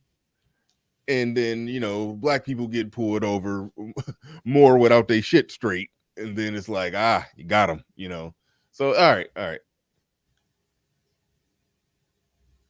And lastly, we have curriculum for white Americans to educate. What the hell is this? Why is this Black Wonder Woman holding a Confederate flag? What the hell is going on here? What the fuck? I mean, Oh shit! I love this image. I need this image. I don't know what they're trying to do, but if one of the divestment swirler chicks didn't draw this image in support of, I don't know what's going on here. Yo, on my last stream, I had used a picture of a divested chick too. She had some giant breasts too, and she was like wrapped up in like a Confederate flag bikini or something like that. It's like, oh man, these girls be doing a lot. I do not know what's going on here, but all right. Educate themselves on race and racism. Talks about Malcolm X, police killing one group at a staggering rate, and there's a lot of work that remains. If we back out, for what it's worth, black people make up 13% of the population, and they account for 25% of police shootings. Hispanic and Latino, who are similar in population, slightly more than black people, make up another 25 or so percent of police shootings. White people make up 50% of police shootings. That is actually true. Look it up. If I'm off, it's probably give or take a percentage point or two in either direction, but it's something like that. So yes, black people get shot by the police more than their population percentage, but they don't make up the majority of police shooting. But percentages matter. But overall, and I'm not just saying this isn't that stream where we're about to talk about the amount of violent crimes in certain areas to where more shootings are going to happen. There are the shootings that are just outright bad, and the cops should be locked up. And I will say that these political social movements have made it to the point to where now it's more likely that the cop who killed somebody on a bad shoot, as they call it, is more likely to be locked up for it. That is the case. But overall, that black people making 13% of the population and 25% of the shootings, per the media narrative, if I would have just threw out there black people make up 13% of the population, but 80% of the police shootings, I tend to believe if I would have just threw that out there in a crowded room full of 100 people, nobody would blink. Nobody would bat an eye. Nobody would raise an eyebrow. So they do put it out there like black people are being shot by the police at that rate. In a perfect world, everybody would get shot right at their population percentage. But I do care to be accurate when we're talking about this kind of stuff. So yes, 25% of police shootings. That's where it's actually at. Go ahead. No, it was just funny that you said in a perfect world, people would get shot at the appropriate level. I'm dead serious though. I'm dead serious. How was that a perfect world? Okay. In a perfect, you lost me on that, but all right. Okay, all right, fair enough. Okay, I'm saying even in this perfect world, somebody's going to get shot still. So in a perfect world, somebody still has to get shot. Yes, and it gotta be a nigga. It gotta be black people. That's baked into the cake of humanity. Somebody going to get shot. Okay, but in a perfect world when people are getting shot perfectly. Mostly peaceful shootings. When people are being perfectly shot in a perfect world where there's shootings, it would be strictly based off population. I mean, if one group is 30% of the populations, they'll make up 30% of the police shootings in a perfect world where people get shot. But either way it goes, I do like to go ahead. No, I want to get this in real quick because nobody ever likes to take it in the opposite direction. So they'll feel sympathy for black people when you get the number of police shootings and it's so off skew, and it's like, oh my God, I can't believe the ratio was that hard. But if you play if you hit them with the 1350 number, then they be like, oh, you just fucking racist asshole. I can't believe you even said that. What is the 1350 number? 13% of the population commit 50% of the shootings and homicides. That's what I was getting at. That's So it's like- exactly. I wasn't even trying to go there because that ain't that show. And when I do a show on that, again, I want to I want it to be a very precise show where all the facts, stats, and data are thrown on the table, and we're not just willy-nilly just throwing it out there. But that is an accurate statement. That is an accurate statement. There 13% of the population make up 50% of the murders that take place. 13% of the population commit 50% of the murders. So when it comes to police shootings, like 13% of the population make up 25% of the police shootings, but that same group make up 50% of the non-police murders. Like, so how low would that number need to be? But then again, like I said, in a perfect world, yeah, it would be at 13%. But we're not in a perfect world, granted, because 13% of the population is making up 50% of the murders. So we clearly know we're not in a perfect world, and clearly there are some places that are less perfect than others. So clearly when police are in those less perfect places, that the number of police shootings is going to be higher by a percentage. Now, if it was something ridiculous where 13% of the population, and this is where, I don't know how I necessarily feel about this argument I'm about to make, because it's like, how high could that number get before it's an absolute outrage, and how low is it supposed to get before we say, that's nice? So it's a tough argument to make, but it's not as cut and dry as they're just gunning us down through, like what LeBron James said. We're getting hunted as soon as we leave the house. It's not as cut and dry as that. 50 white people are, I think, like 60% of the population at this point.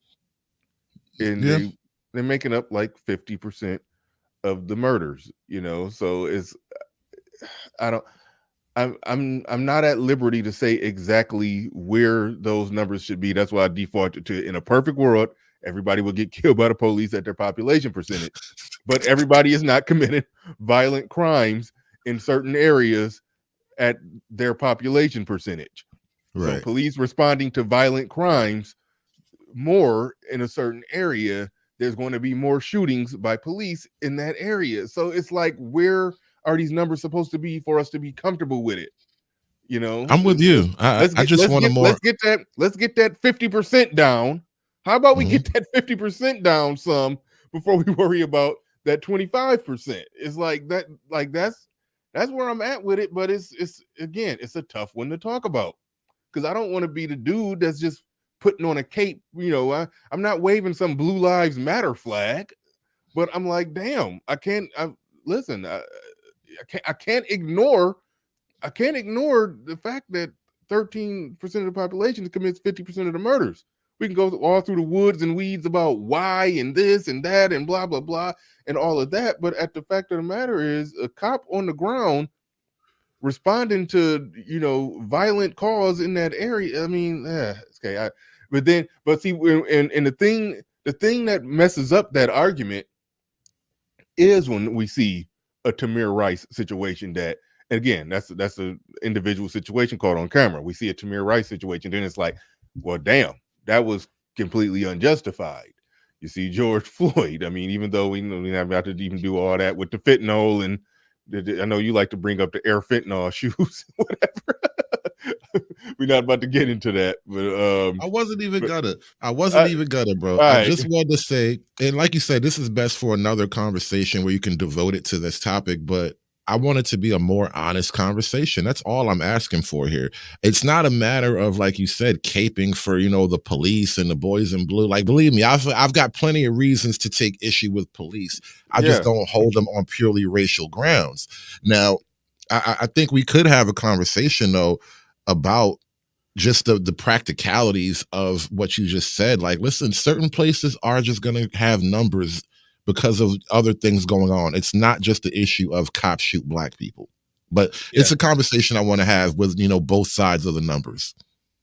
Yeah. That guy Tobias in the building says, my company just went through diversity training. The white guilt I see makes me feel uncomfortable. They think I'm oppressed or affected by white, I think that's white supremacy. I think that's what he's trying to say, but it is what it is. F that, make your life amazing, black men. And that's where I'm at. We got all the tools in our hands to build the life that we want. So that's where I'm at with it. But let's roll through this.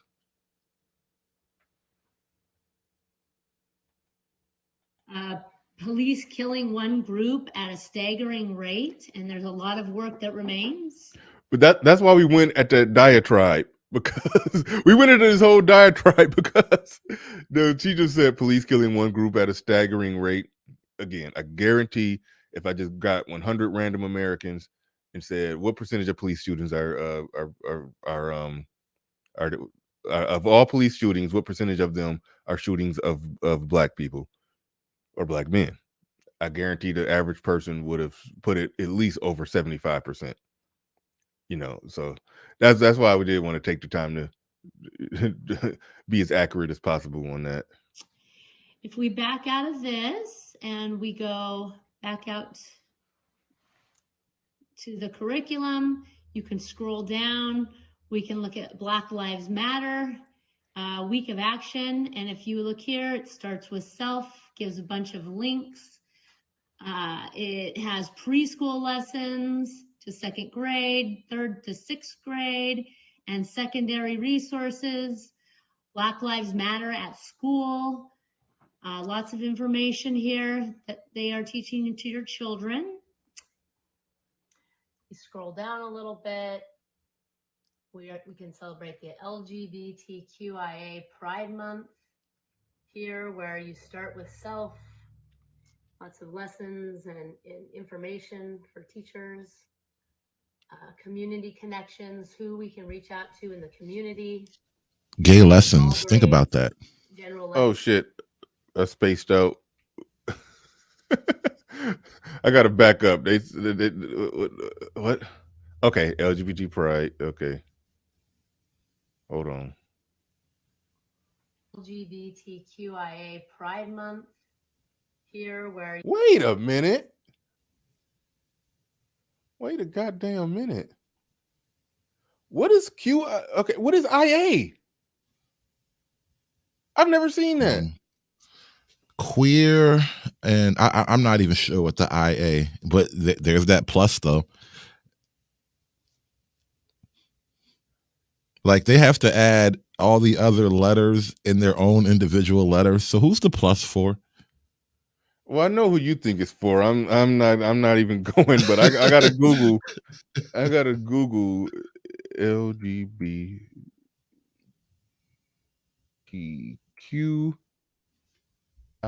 Hold on. IA meaning. Okay. I can't see it on the screen. This is the most unpronounceable word ever. LGBTQIA. Yeah, I couldn't even type it in. But all right, lesbian, gay, bisexual, transgender, queer, in parentheses, questioning. So the Q means queer and questioning. But I don't even understand that because it shouldn't be queer. Okay, isn't lesbian, gay, bisexual, and transgender? Isn't all that under the umbrella of queer? But that's that's not, you would think. That's not what we're here for. That's not okay. So I just want to. The IA stands for intersex and asexual. Oh, I forgot about that. Agender. Now, agender, that means without gender. Uh-oh.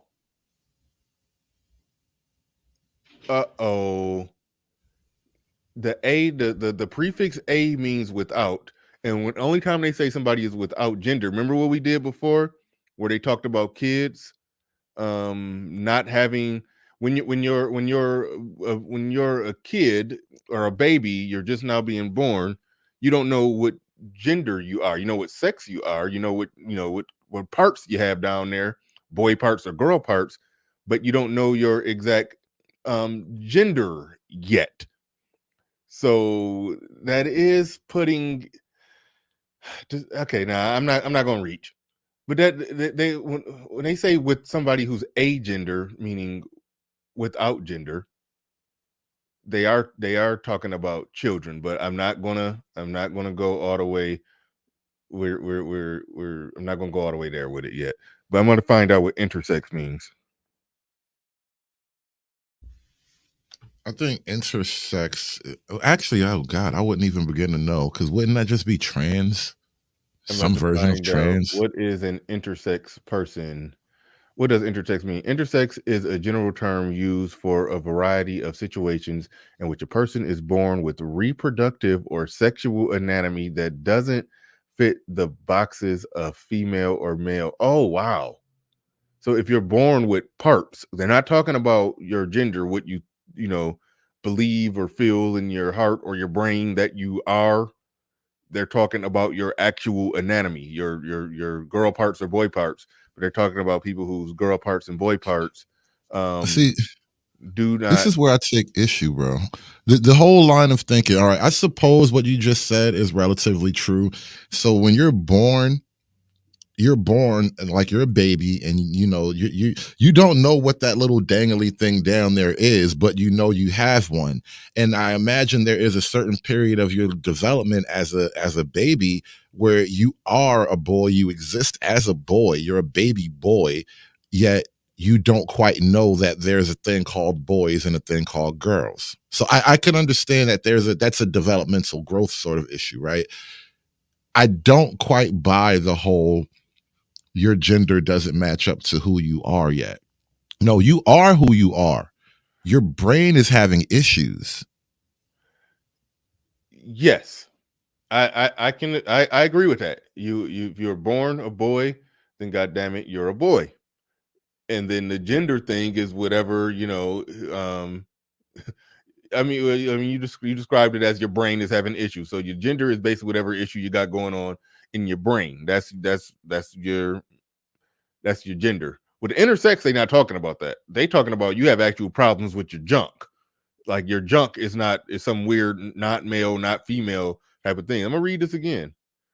Intersex is a general term used for a variety of situations in which a person is born with reproductive or sexual anatomy that doesn't fit the boxes of male or female. How does that work? Do we got I'm telling you, you're conceiving of it wrong. Think about what I'm saying. They're not saying your physical parts don't work or there's something wrong with your physical parts. They're literally saying your body is not at peace with the physical parts. Your mind, I'm sorry, is not at peace with the physical parts you have. Think about it like that. That's what regular transgender is. You just described exactly. That's what I just said. It basically you're trans. I don't even understand why you created a whole subcategory. No, I'm thinking the subcategory intersex is what they're calling it. That's what the I stands for. They're not talking about, they don't say nothing about your brain or your thoughts or your feelings or something not matching up. They're talking about situations in which a person is born with reproductive or sexual anatomy. They're talking about what's in between your legs that doesn't fit the boxes. They saying your anatomy doesn't fit the boxes of male and female. They're not saying your gender identity doesn't fit the boxes of male and female. They're saying that you have something down there other than a dick or a pussy. That's what it sounds like they're saying. Again, yeah, right. That's why your definition just isn't workable, because no one's arguing that anyone's ever born with something other than a dick or a pussy. Hell, some people are born with both. Okay. And they say it does go on to say sometimes doctors do surgeries on intersex babies and children to make their bodies fit binary ideas of male and female. There was a term for that back in the day called a hermaphrodite. That was a common word for that. And again, I don't know what they mean when they stretch the word intersex the way they just did. It's just basically, all right, you're trans, right? You feel like you weren't born with the correct body parts. And again, that is not a physical problem. That is a problem in the mind. Your mind is not at peace with the body you are in. No matter how you kind of describe it on the fringes, that's essentially the argument you're making. And with the exclusion of actual like hermaphroditic cases where you literally have to make a hormone adjustment or a surgical procedure or something like that, that's such a rare thing that's really almost not even its own category. It's really a one-off, like a 1% of a 1% of a 1% type of deal. Generally speaking, you're talking about the trans community. I don't really see any other way around that argument. All right. I mean, I'll go with that. But that okay. Well, we got our answer to what the I stands for, and we it's still confusing as hell. Hell, while I'm at it, I'm about to type in agender to make sure. I mean, I was right that is without gender. No, and I think you are correct essentially. But again, how can a person be without gender? Like that, it's such a Because of rare. what the person said in one of the previous streams. I think it's members only. She's there. I think the argument is kids don't know their gender. That doesn't mean they are without it though. That's a difference in conception. Just to say you don't know, like I said, you're born with that little dangly thing. You don't know what it is and what that signifies, but you're Yeah. born with it. That doesn't mean you don't have a gender. I don't understand that conception. But again, she's relying on the same argument I'm relying on, in which that you're basing your concept of gender in the mental, and I'm saying no, it is a physical thing, and then the mental springs out of that. Uh-huh. All right. The definition that they got going for agender is someone who identifies as not belonging to any gender. Androgynous, someone who identifies as neither man nor woman. Bigender, someone who identifies as both man and woman. Non-binary, someone who rejects the binaries of male and female. Gender fluid, someone whose gender identity changes. All right, all right, I'm done. I mean, let's just get back to the tape. We digressed into trying to figure out what the I and the A mean, and we went down that rabbit hole. And I need to get back out. I need to climb out of this rabbit hole because I don't even know what to do with this. LGBTQIA plus. A Pride Month here where you start with self, lots of lessons and information for teachers, community connections, who we can reach out to in the community, and then all grades, general lessons and resources, teaching on pronouns, the gender unicorn, inclusive. Did she say the gender unicorn? Yeah, lost me on that one. I'm not sure how to explain that. Curriculum lessons. There's collections, the LGBTQ heritage, gender inclusive biology, educate and celebrate. There's activism. Whoa. Go back. Gender inclusive biology. Oh, this is dangerous. This is dangerous. Go ahead. Are they screwing around with? Are they? They're screwing around with science class. Are they bringing your gender theory into the actual science class? Are we going to start teaching lessons? Gender inclusive biology. So in the biology, now, yep, there, yeah, that's probably the early stages of getting it in the book. Getting it in the book. They're gonna, yeah, that's yeah. That went over my head. Gender inclusive biology. I don't know what that is, but I think you might be right. You might be onto something. Darius Hamilton in the building says intersex is supposed to be a genetic mutation. Okay. I'm not going back down the rabbit hole, but okay. Thank you for the super chat. I'm not going back down that one.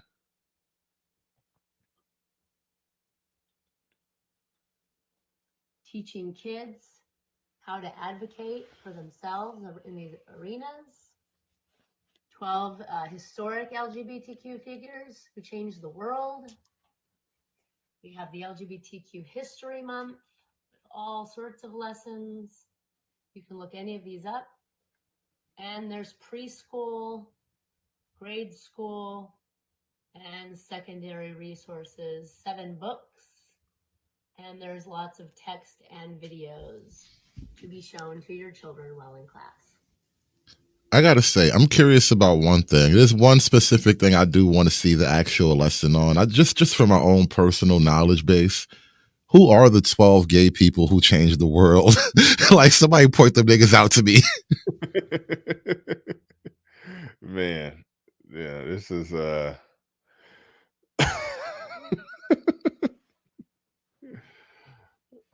wow.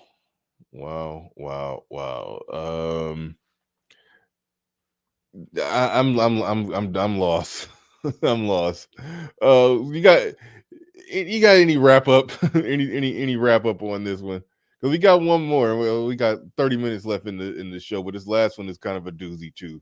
Everybody get into. But you got some closing thoughts on this one before you do that.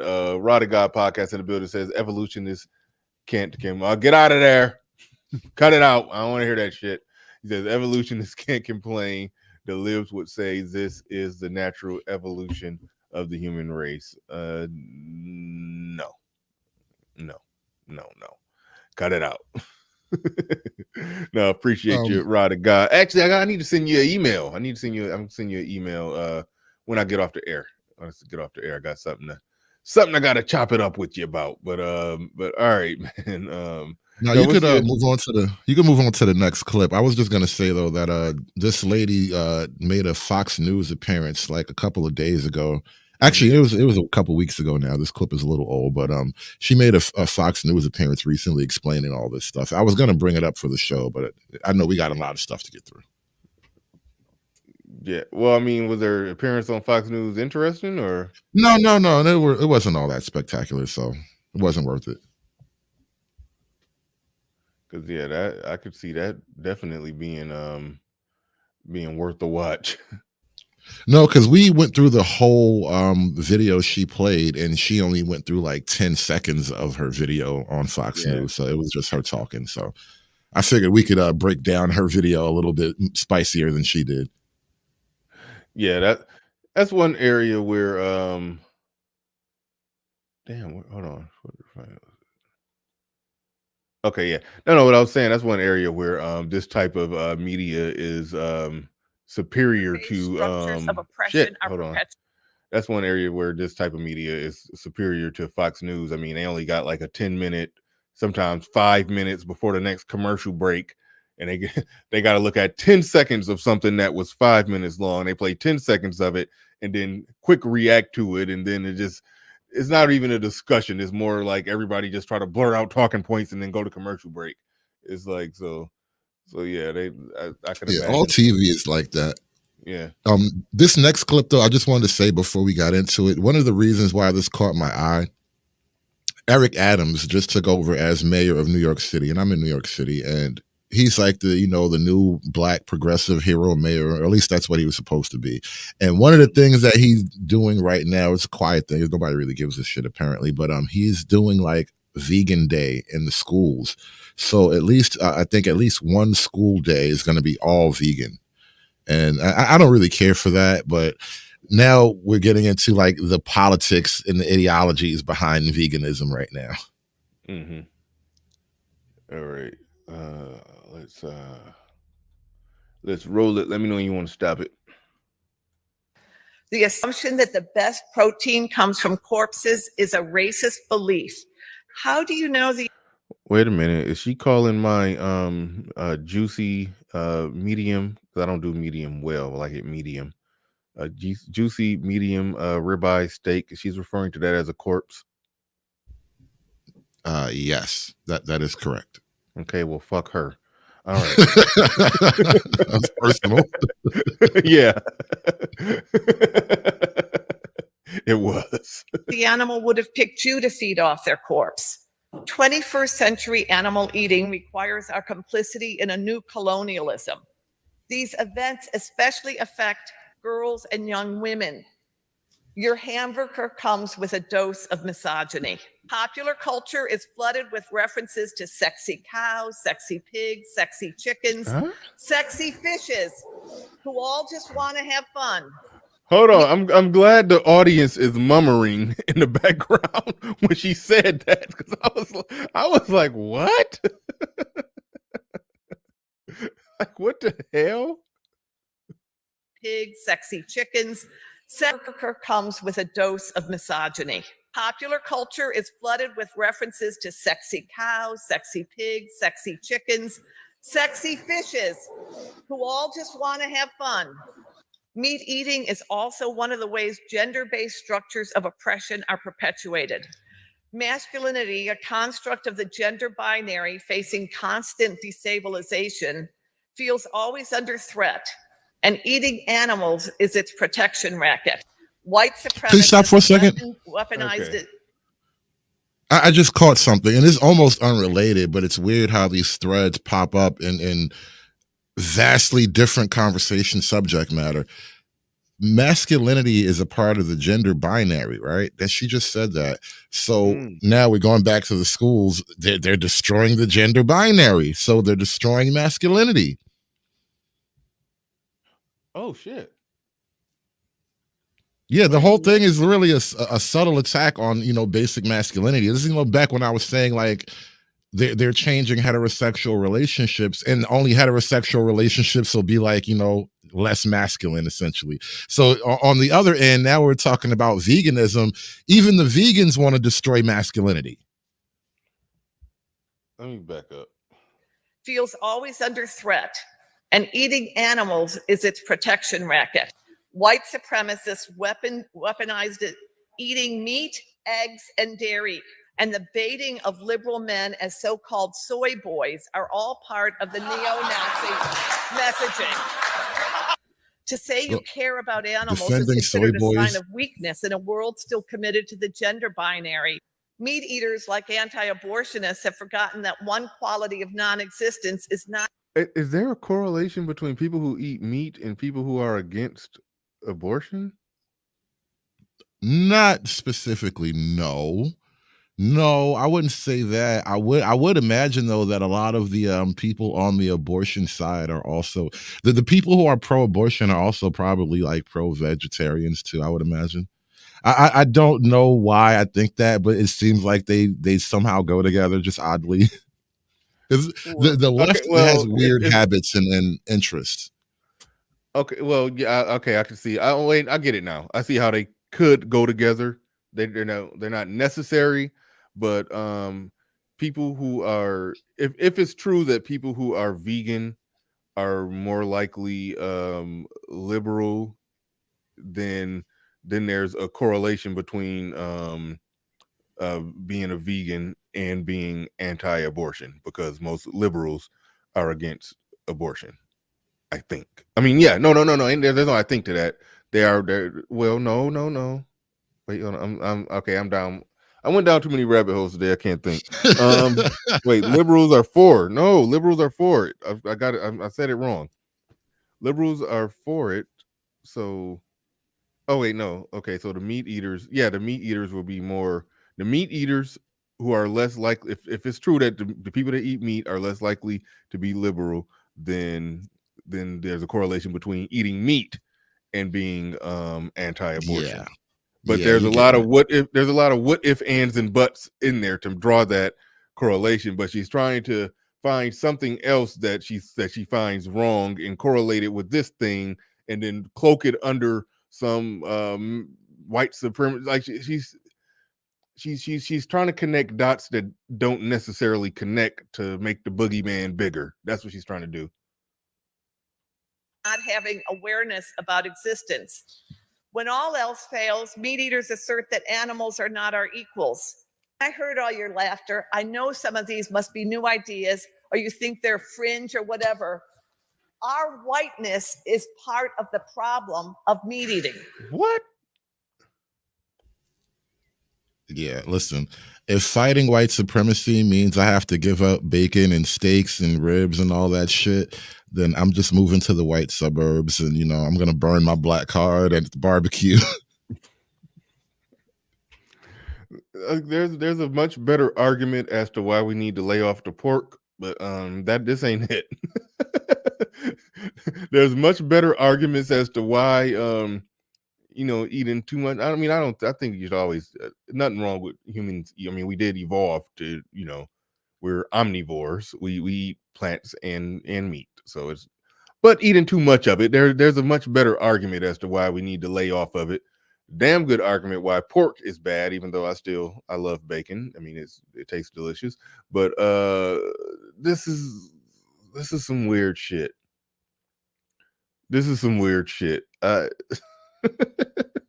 It's like some of this stuff, it's like it's not that much even. I get at a loss for words trying to even find the commentary to even react to it. Like, what do you say to that? The amount of stuff that was lumped into did she lumped misogyny into this, correct? I did hear that right. Yeah, again, she's fighting the patriarchy. They're fighting masculinity through not eating meat. She lumped in misogyny, masculinity being a problem. She lumped in white supremacy.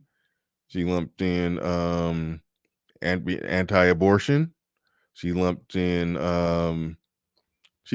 so many things to where I would love to know the percentage of Republicans that are vegetarians or vegans.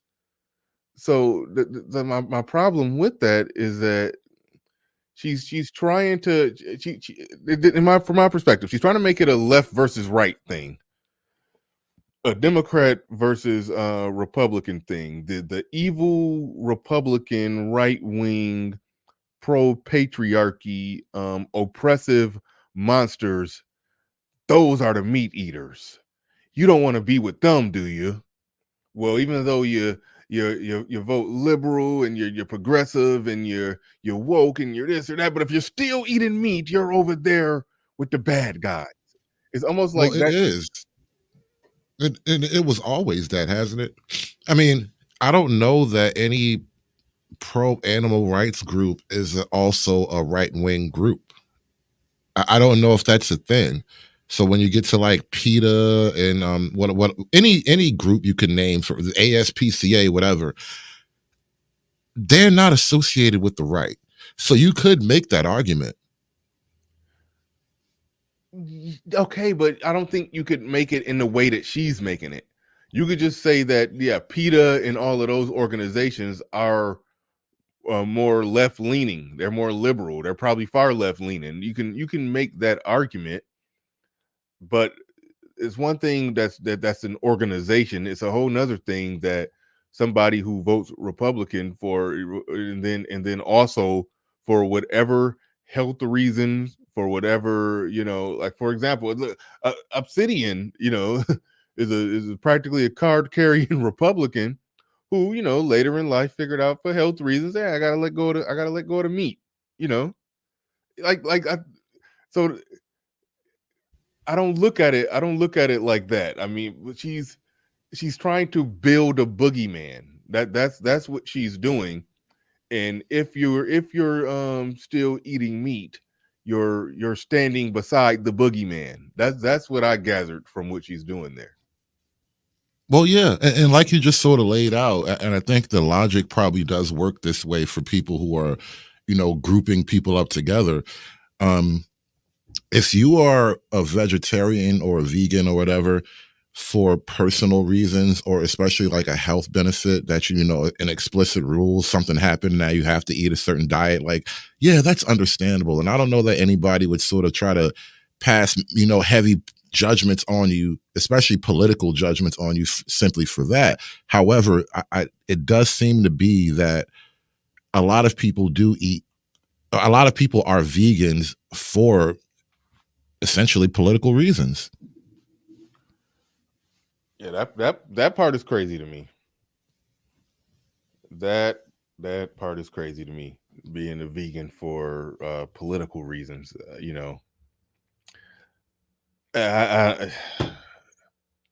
I don't get that, and I've met quite a few vegans and been out to eat with them, and it wasn't political.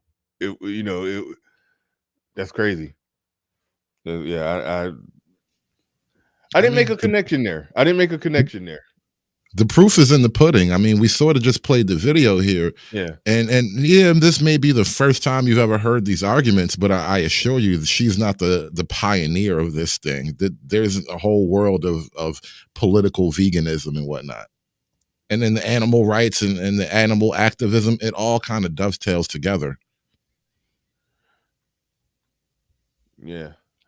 Rod God podcast in the building with the $5 super chat says, meanwhile, we're on the verge of World War III while libs are obsessed with sexuality and identity. Thank you for the super chat. Do appreciate that. All right. What you got up here? Oh, and thank you, Rod of God, for that comment to sort of segue us back into some other subject matter, because I had this queued up a while ago, and it's now a little bit out of sequence. We done went down the veganism rabbit hole, but now that we're back to identity and sexual politics, recently, especially with the last election cycle that we just had, a lot of parents were making the news going to PTA meetings and school board meetings and whatnot. And, protesting against the sort of stuff we're covering right now. So I have here a parent who's going to read excerpts from a book that is being, one, it's in the school library in her district in particular. And two, I think it's also a part of the reading material. So the actual students are encouraged to read this stuff. And she's going to read excerpts from it. And just to, keep the show safe, the explicit parts have been blocked out. But this is a very, this is essentially a teen homosexual romance novel. Oh, wow. In Troy schools. So I will read an excerpt. Yes, it's an excerpt, but it can be found throughout this entire book, Jack of Hearts. My first time was kind of weird. I think I'm going to be weird everyone's first time, though. I was a freshman. It was winter break, right before everyone left on vacation, a big holiday blowout party. There was a senior from another school, and we were drinking and flirting, and eventually we took off together. His parents were home, and my mom was home, so he got us a room at a hotel nearby, ordered up some champagne to be fancy. Now, before this, I have gotten plenty of, but the only I had was with a junior. Excuse me, this is really embarrassing. With a junior who was in love with my, and he just hopped aboard. He had taken control, total bossy bottom. Anyway, so this senior, I'm not naming names, and I are having fun and what have you. And then he says to me, I want to. And I was like, I don't know. I've never done that before. So as far as I knew, this was pretty easy, easy. So I made him wear a, of course, and he starts. And wow, that hurts. I tell him to stop. It hurts. He says he'll go slower. I say, okay. And I'm thinking, I'm gay. So this is something I have to learn how to do, right? So he slows down and eventually and then he gets mad at me like it's my fault. I didn't know how to clean up. I'm so glad they blurred this and out. He showers alone. When he gets out of the shower, he frowns at me and goes, "You're still here?" That's an excerpt. That's the whole book. I read this book with an open mind. It was hard to even go after page 1. So Mr. Schmidt, you made the comment about thinking how we can make sure about what happened in Oxford doesn't happen here. We need to start by getting this out of our schools and masks off our children.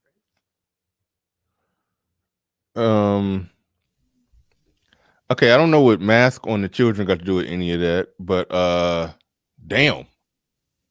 Yeah, that's really what's going on. That is where they are right now in the school system. I covered a story a couple of months back, and I think this actually made national news too, but it was a school, and I want to say Kentucky. I think it was Kentucky. There was a high school where they had some kind of what do you call it? Like pep rally, I think is the term. Yeah, pep rallies. So Yeah. they had like some kind of pep rally, and they had a certain segment where some of the male staff, like the gym teacher and some like whatever male officials are at the school, whatever, but a couple of the male staff are sitting in a chair. They were sitting in chairs in the middle of like the auditorium floor or the gymnasium floor. You know how they got the bleachers and whatnot. So they're sitting on the gymnasium floor, and a few of the high school boys came out and performed essentially. Yeah, they performed a striptease and a lap dance To on the male teaching staff sitting in the chairs. They performed a striptease and a lap dance. Now they didn't get nude, obviously, but again, it's whatever they did was way beyond the line. What in the hell? Dude, you have no idea. Obviously, this is a new story to you, but yeah, it happened, bro. It totally happened. Man, that's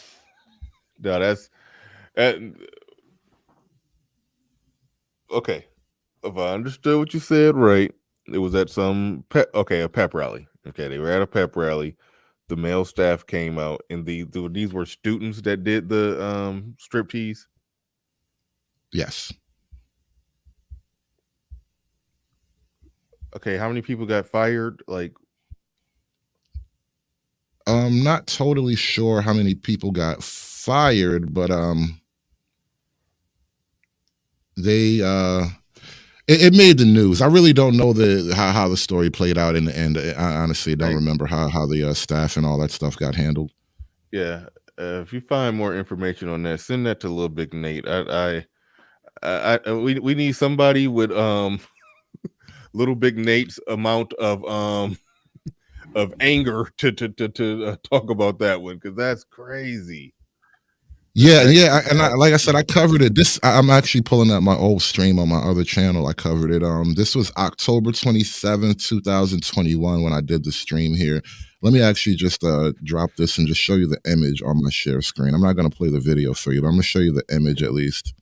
Yeah, I would like to see that.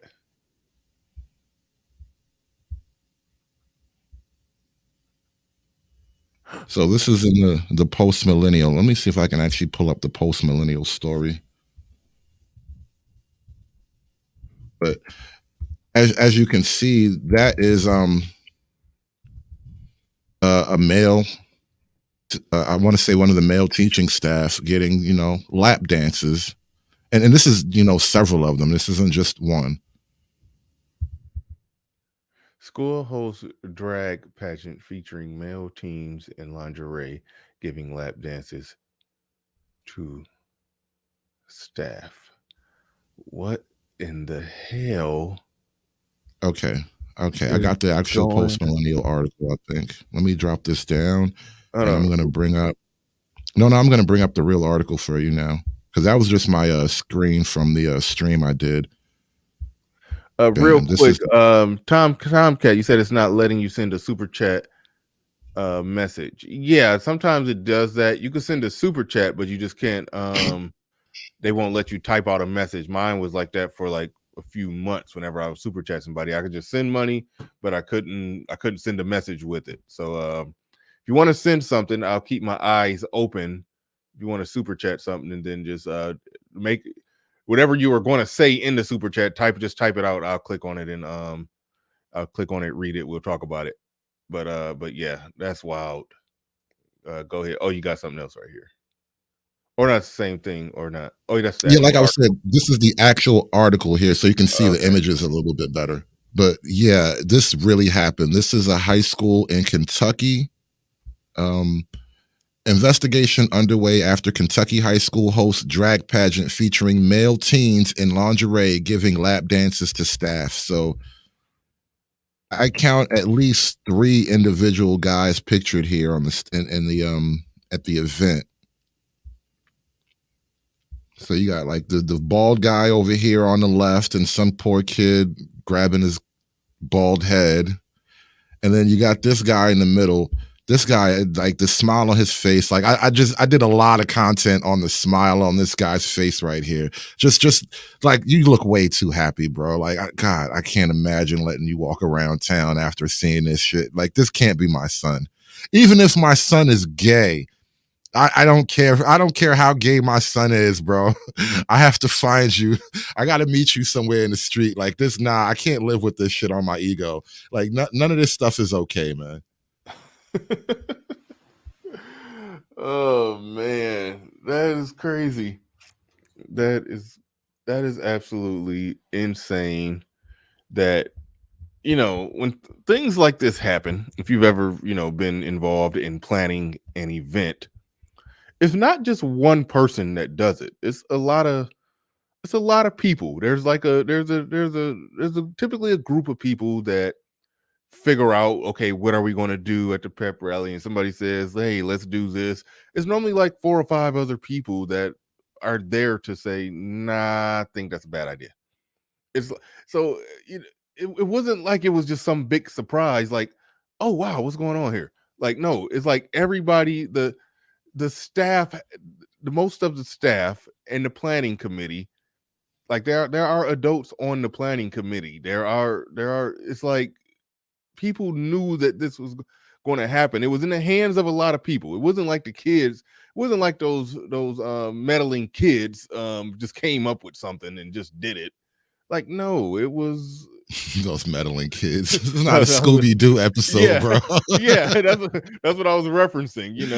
We are so away from school. We are beyond Scooby-Doo right now. But it wasn't like the meddling kids just came up with it. Like, no, it came across the desk of a lot of people, and a lot of people had to okay. A lot of adults had to okay it. Like, damn. Like, how does that happen? I think we got a local news story on it right I here. remember. Wait, hold on. I remember. Wait, hold on. Push pause. I remember when I was in the 8th grade, and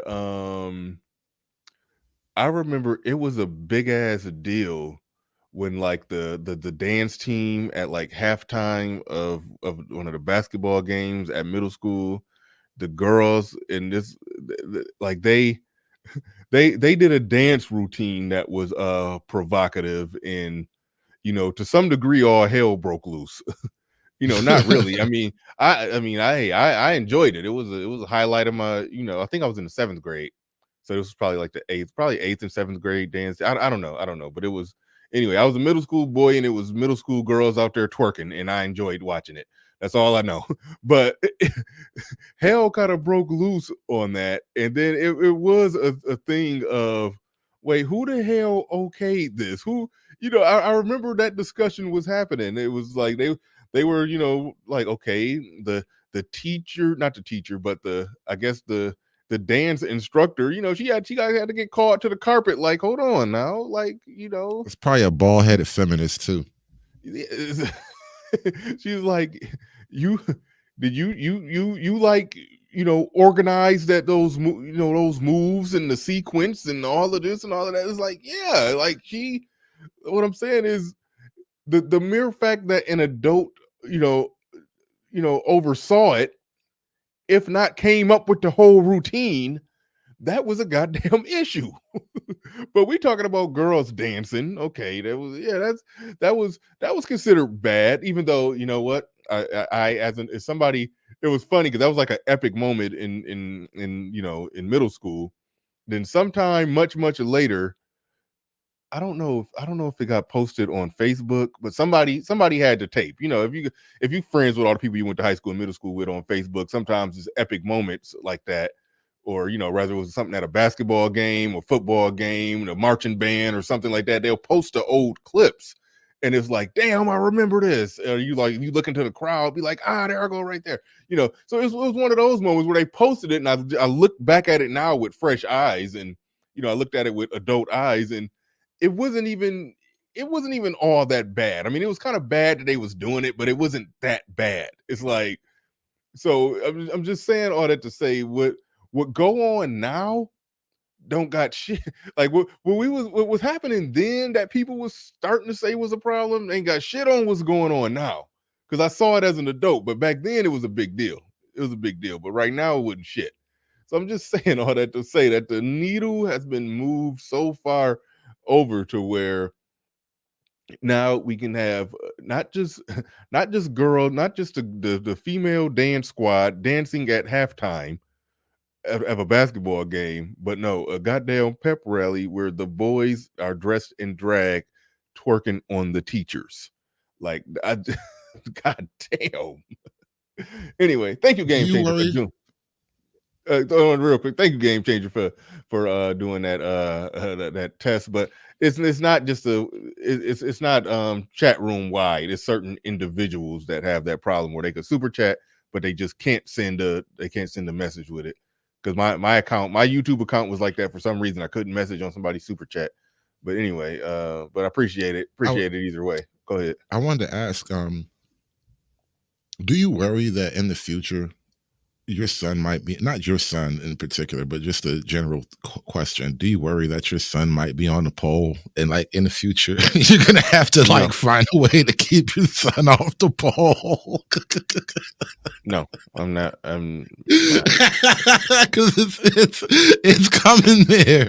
Like that will be a conversation dads in the future have. Like I don't know what to do about the boy. Like I just keep, every time I look, he's down at the strip club just shaking his ass on the pole. Like are we headed for this world where fathers have to drag their sons off the pole?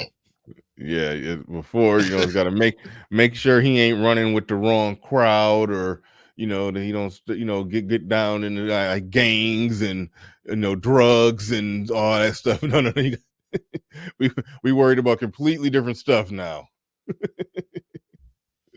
Like it's just gonna be such a horrible future. Like, oh my god, I can't imagine where all this stuff is headed. Like I could really see this happening in the future. Like some guy is really trying to rescue his son from the world of prostitution. Like there was a story recently where a father was in jail, and this is like on the West Coast. I want to say like Washington State or something. But a guy went to jail because his girlfriend, she met some boy, and somehow or another he got her roped into like a whole prostitution ring.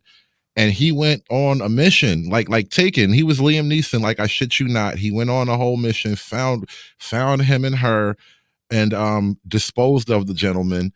And he's doing time. Well, I think he's on trial. Like he's, and whatever. I don't even know where the case is now. But when I caught on to the story, he was like just got arrested for it.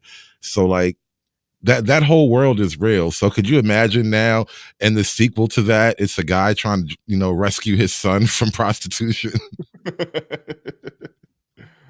Oh man, that's really where it is, man. But let's play this clip with the teachers. I mean, the news story. Several upset parents today about inappropriate actions at an assembly at Hazard High School. Pictures were even posted earlier this week on the Hazard High School athletics Facebook page. The costume contest was part of their home. Damn, they posted these images on the school's page. So when you were talking about, somebody had a conversation to okay this thing, they really think it's okay, because then they showed everybody the pictures. They didn't just do it and was like, "Ooh, glad that's over." Now they showed everybody the pictures of it. Yeah.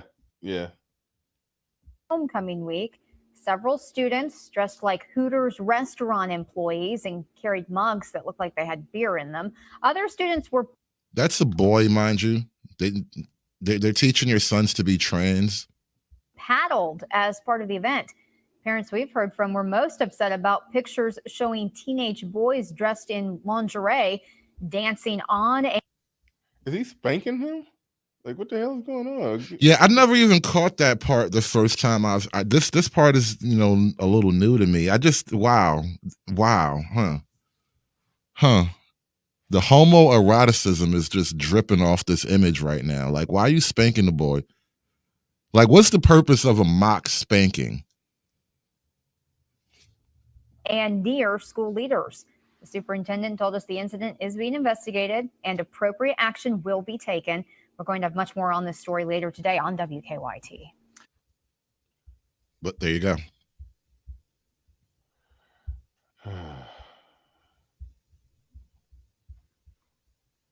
Damn. Yeah, hey, man. Yeah. It's a dark world we live in, bro. Oh man, these shows never disappoint. God damn, this shit that was wild. A story to tell in the building says Hazard High School didn't Bo and Luke go there. Who was Bo and Luke? Hazard High School didn't Bo and Luke go there. I don't know who you're talking about. The Dukes of Hazard County. Oh, okay. See, yeah, Dukes. I'm familiar. Different. I'm familiar with Daisy Dukes. That's it. Yeah, I was gonna say the Dukes of Hazard. They're gonna have Bo and Luke and Daisy Dukes now. Let them remake that show now. The General Lee is gonna be all pink with the. It's gonna probably be like a gay flag on the top of it. It'll be like a gay rebel flag, and Bo and Luke will have Daisy Dukes on out there committing gay hijinks and shit. Oh man, this was wild. But we could wrap this up. We at the 3-hour mark. We can wrap it up. We don't need a panel on this one. We don't need we can go and get off. I gotta go anyway. And clear my mind on some of this junk. But man, good show, everybody. Let's just thank everybody who supported the stream in any way, shape, or form. Appreciate everybody who came through on the super chat. Ian, I don't think nobody's in no cash app, but I do appreciate each and every one of you. I don't even know if okay, yeah, as usual, yeah, definitely. If you're not subscribed to Hood Conservatives, make sure you go and subscribe. And with that said, we got to get the hell up out of here. Peace.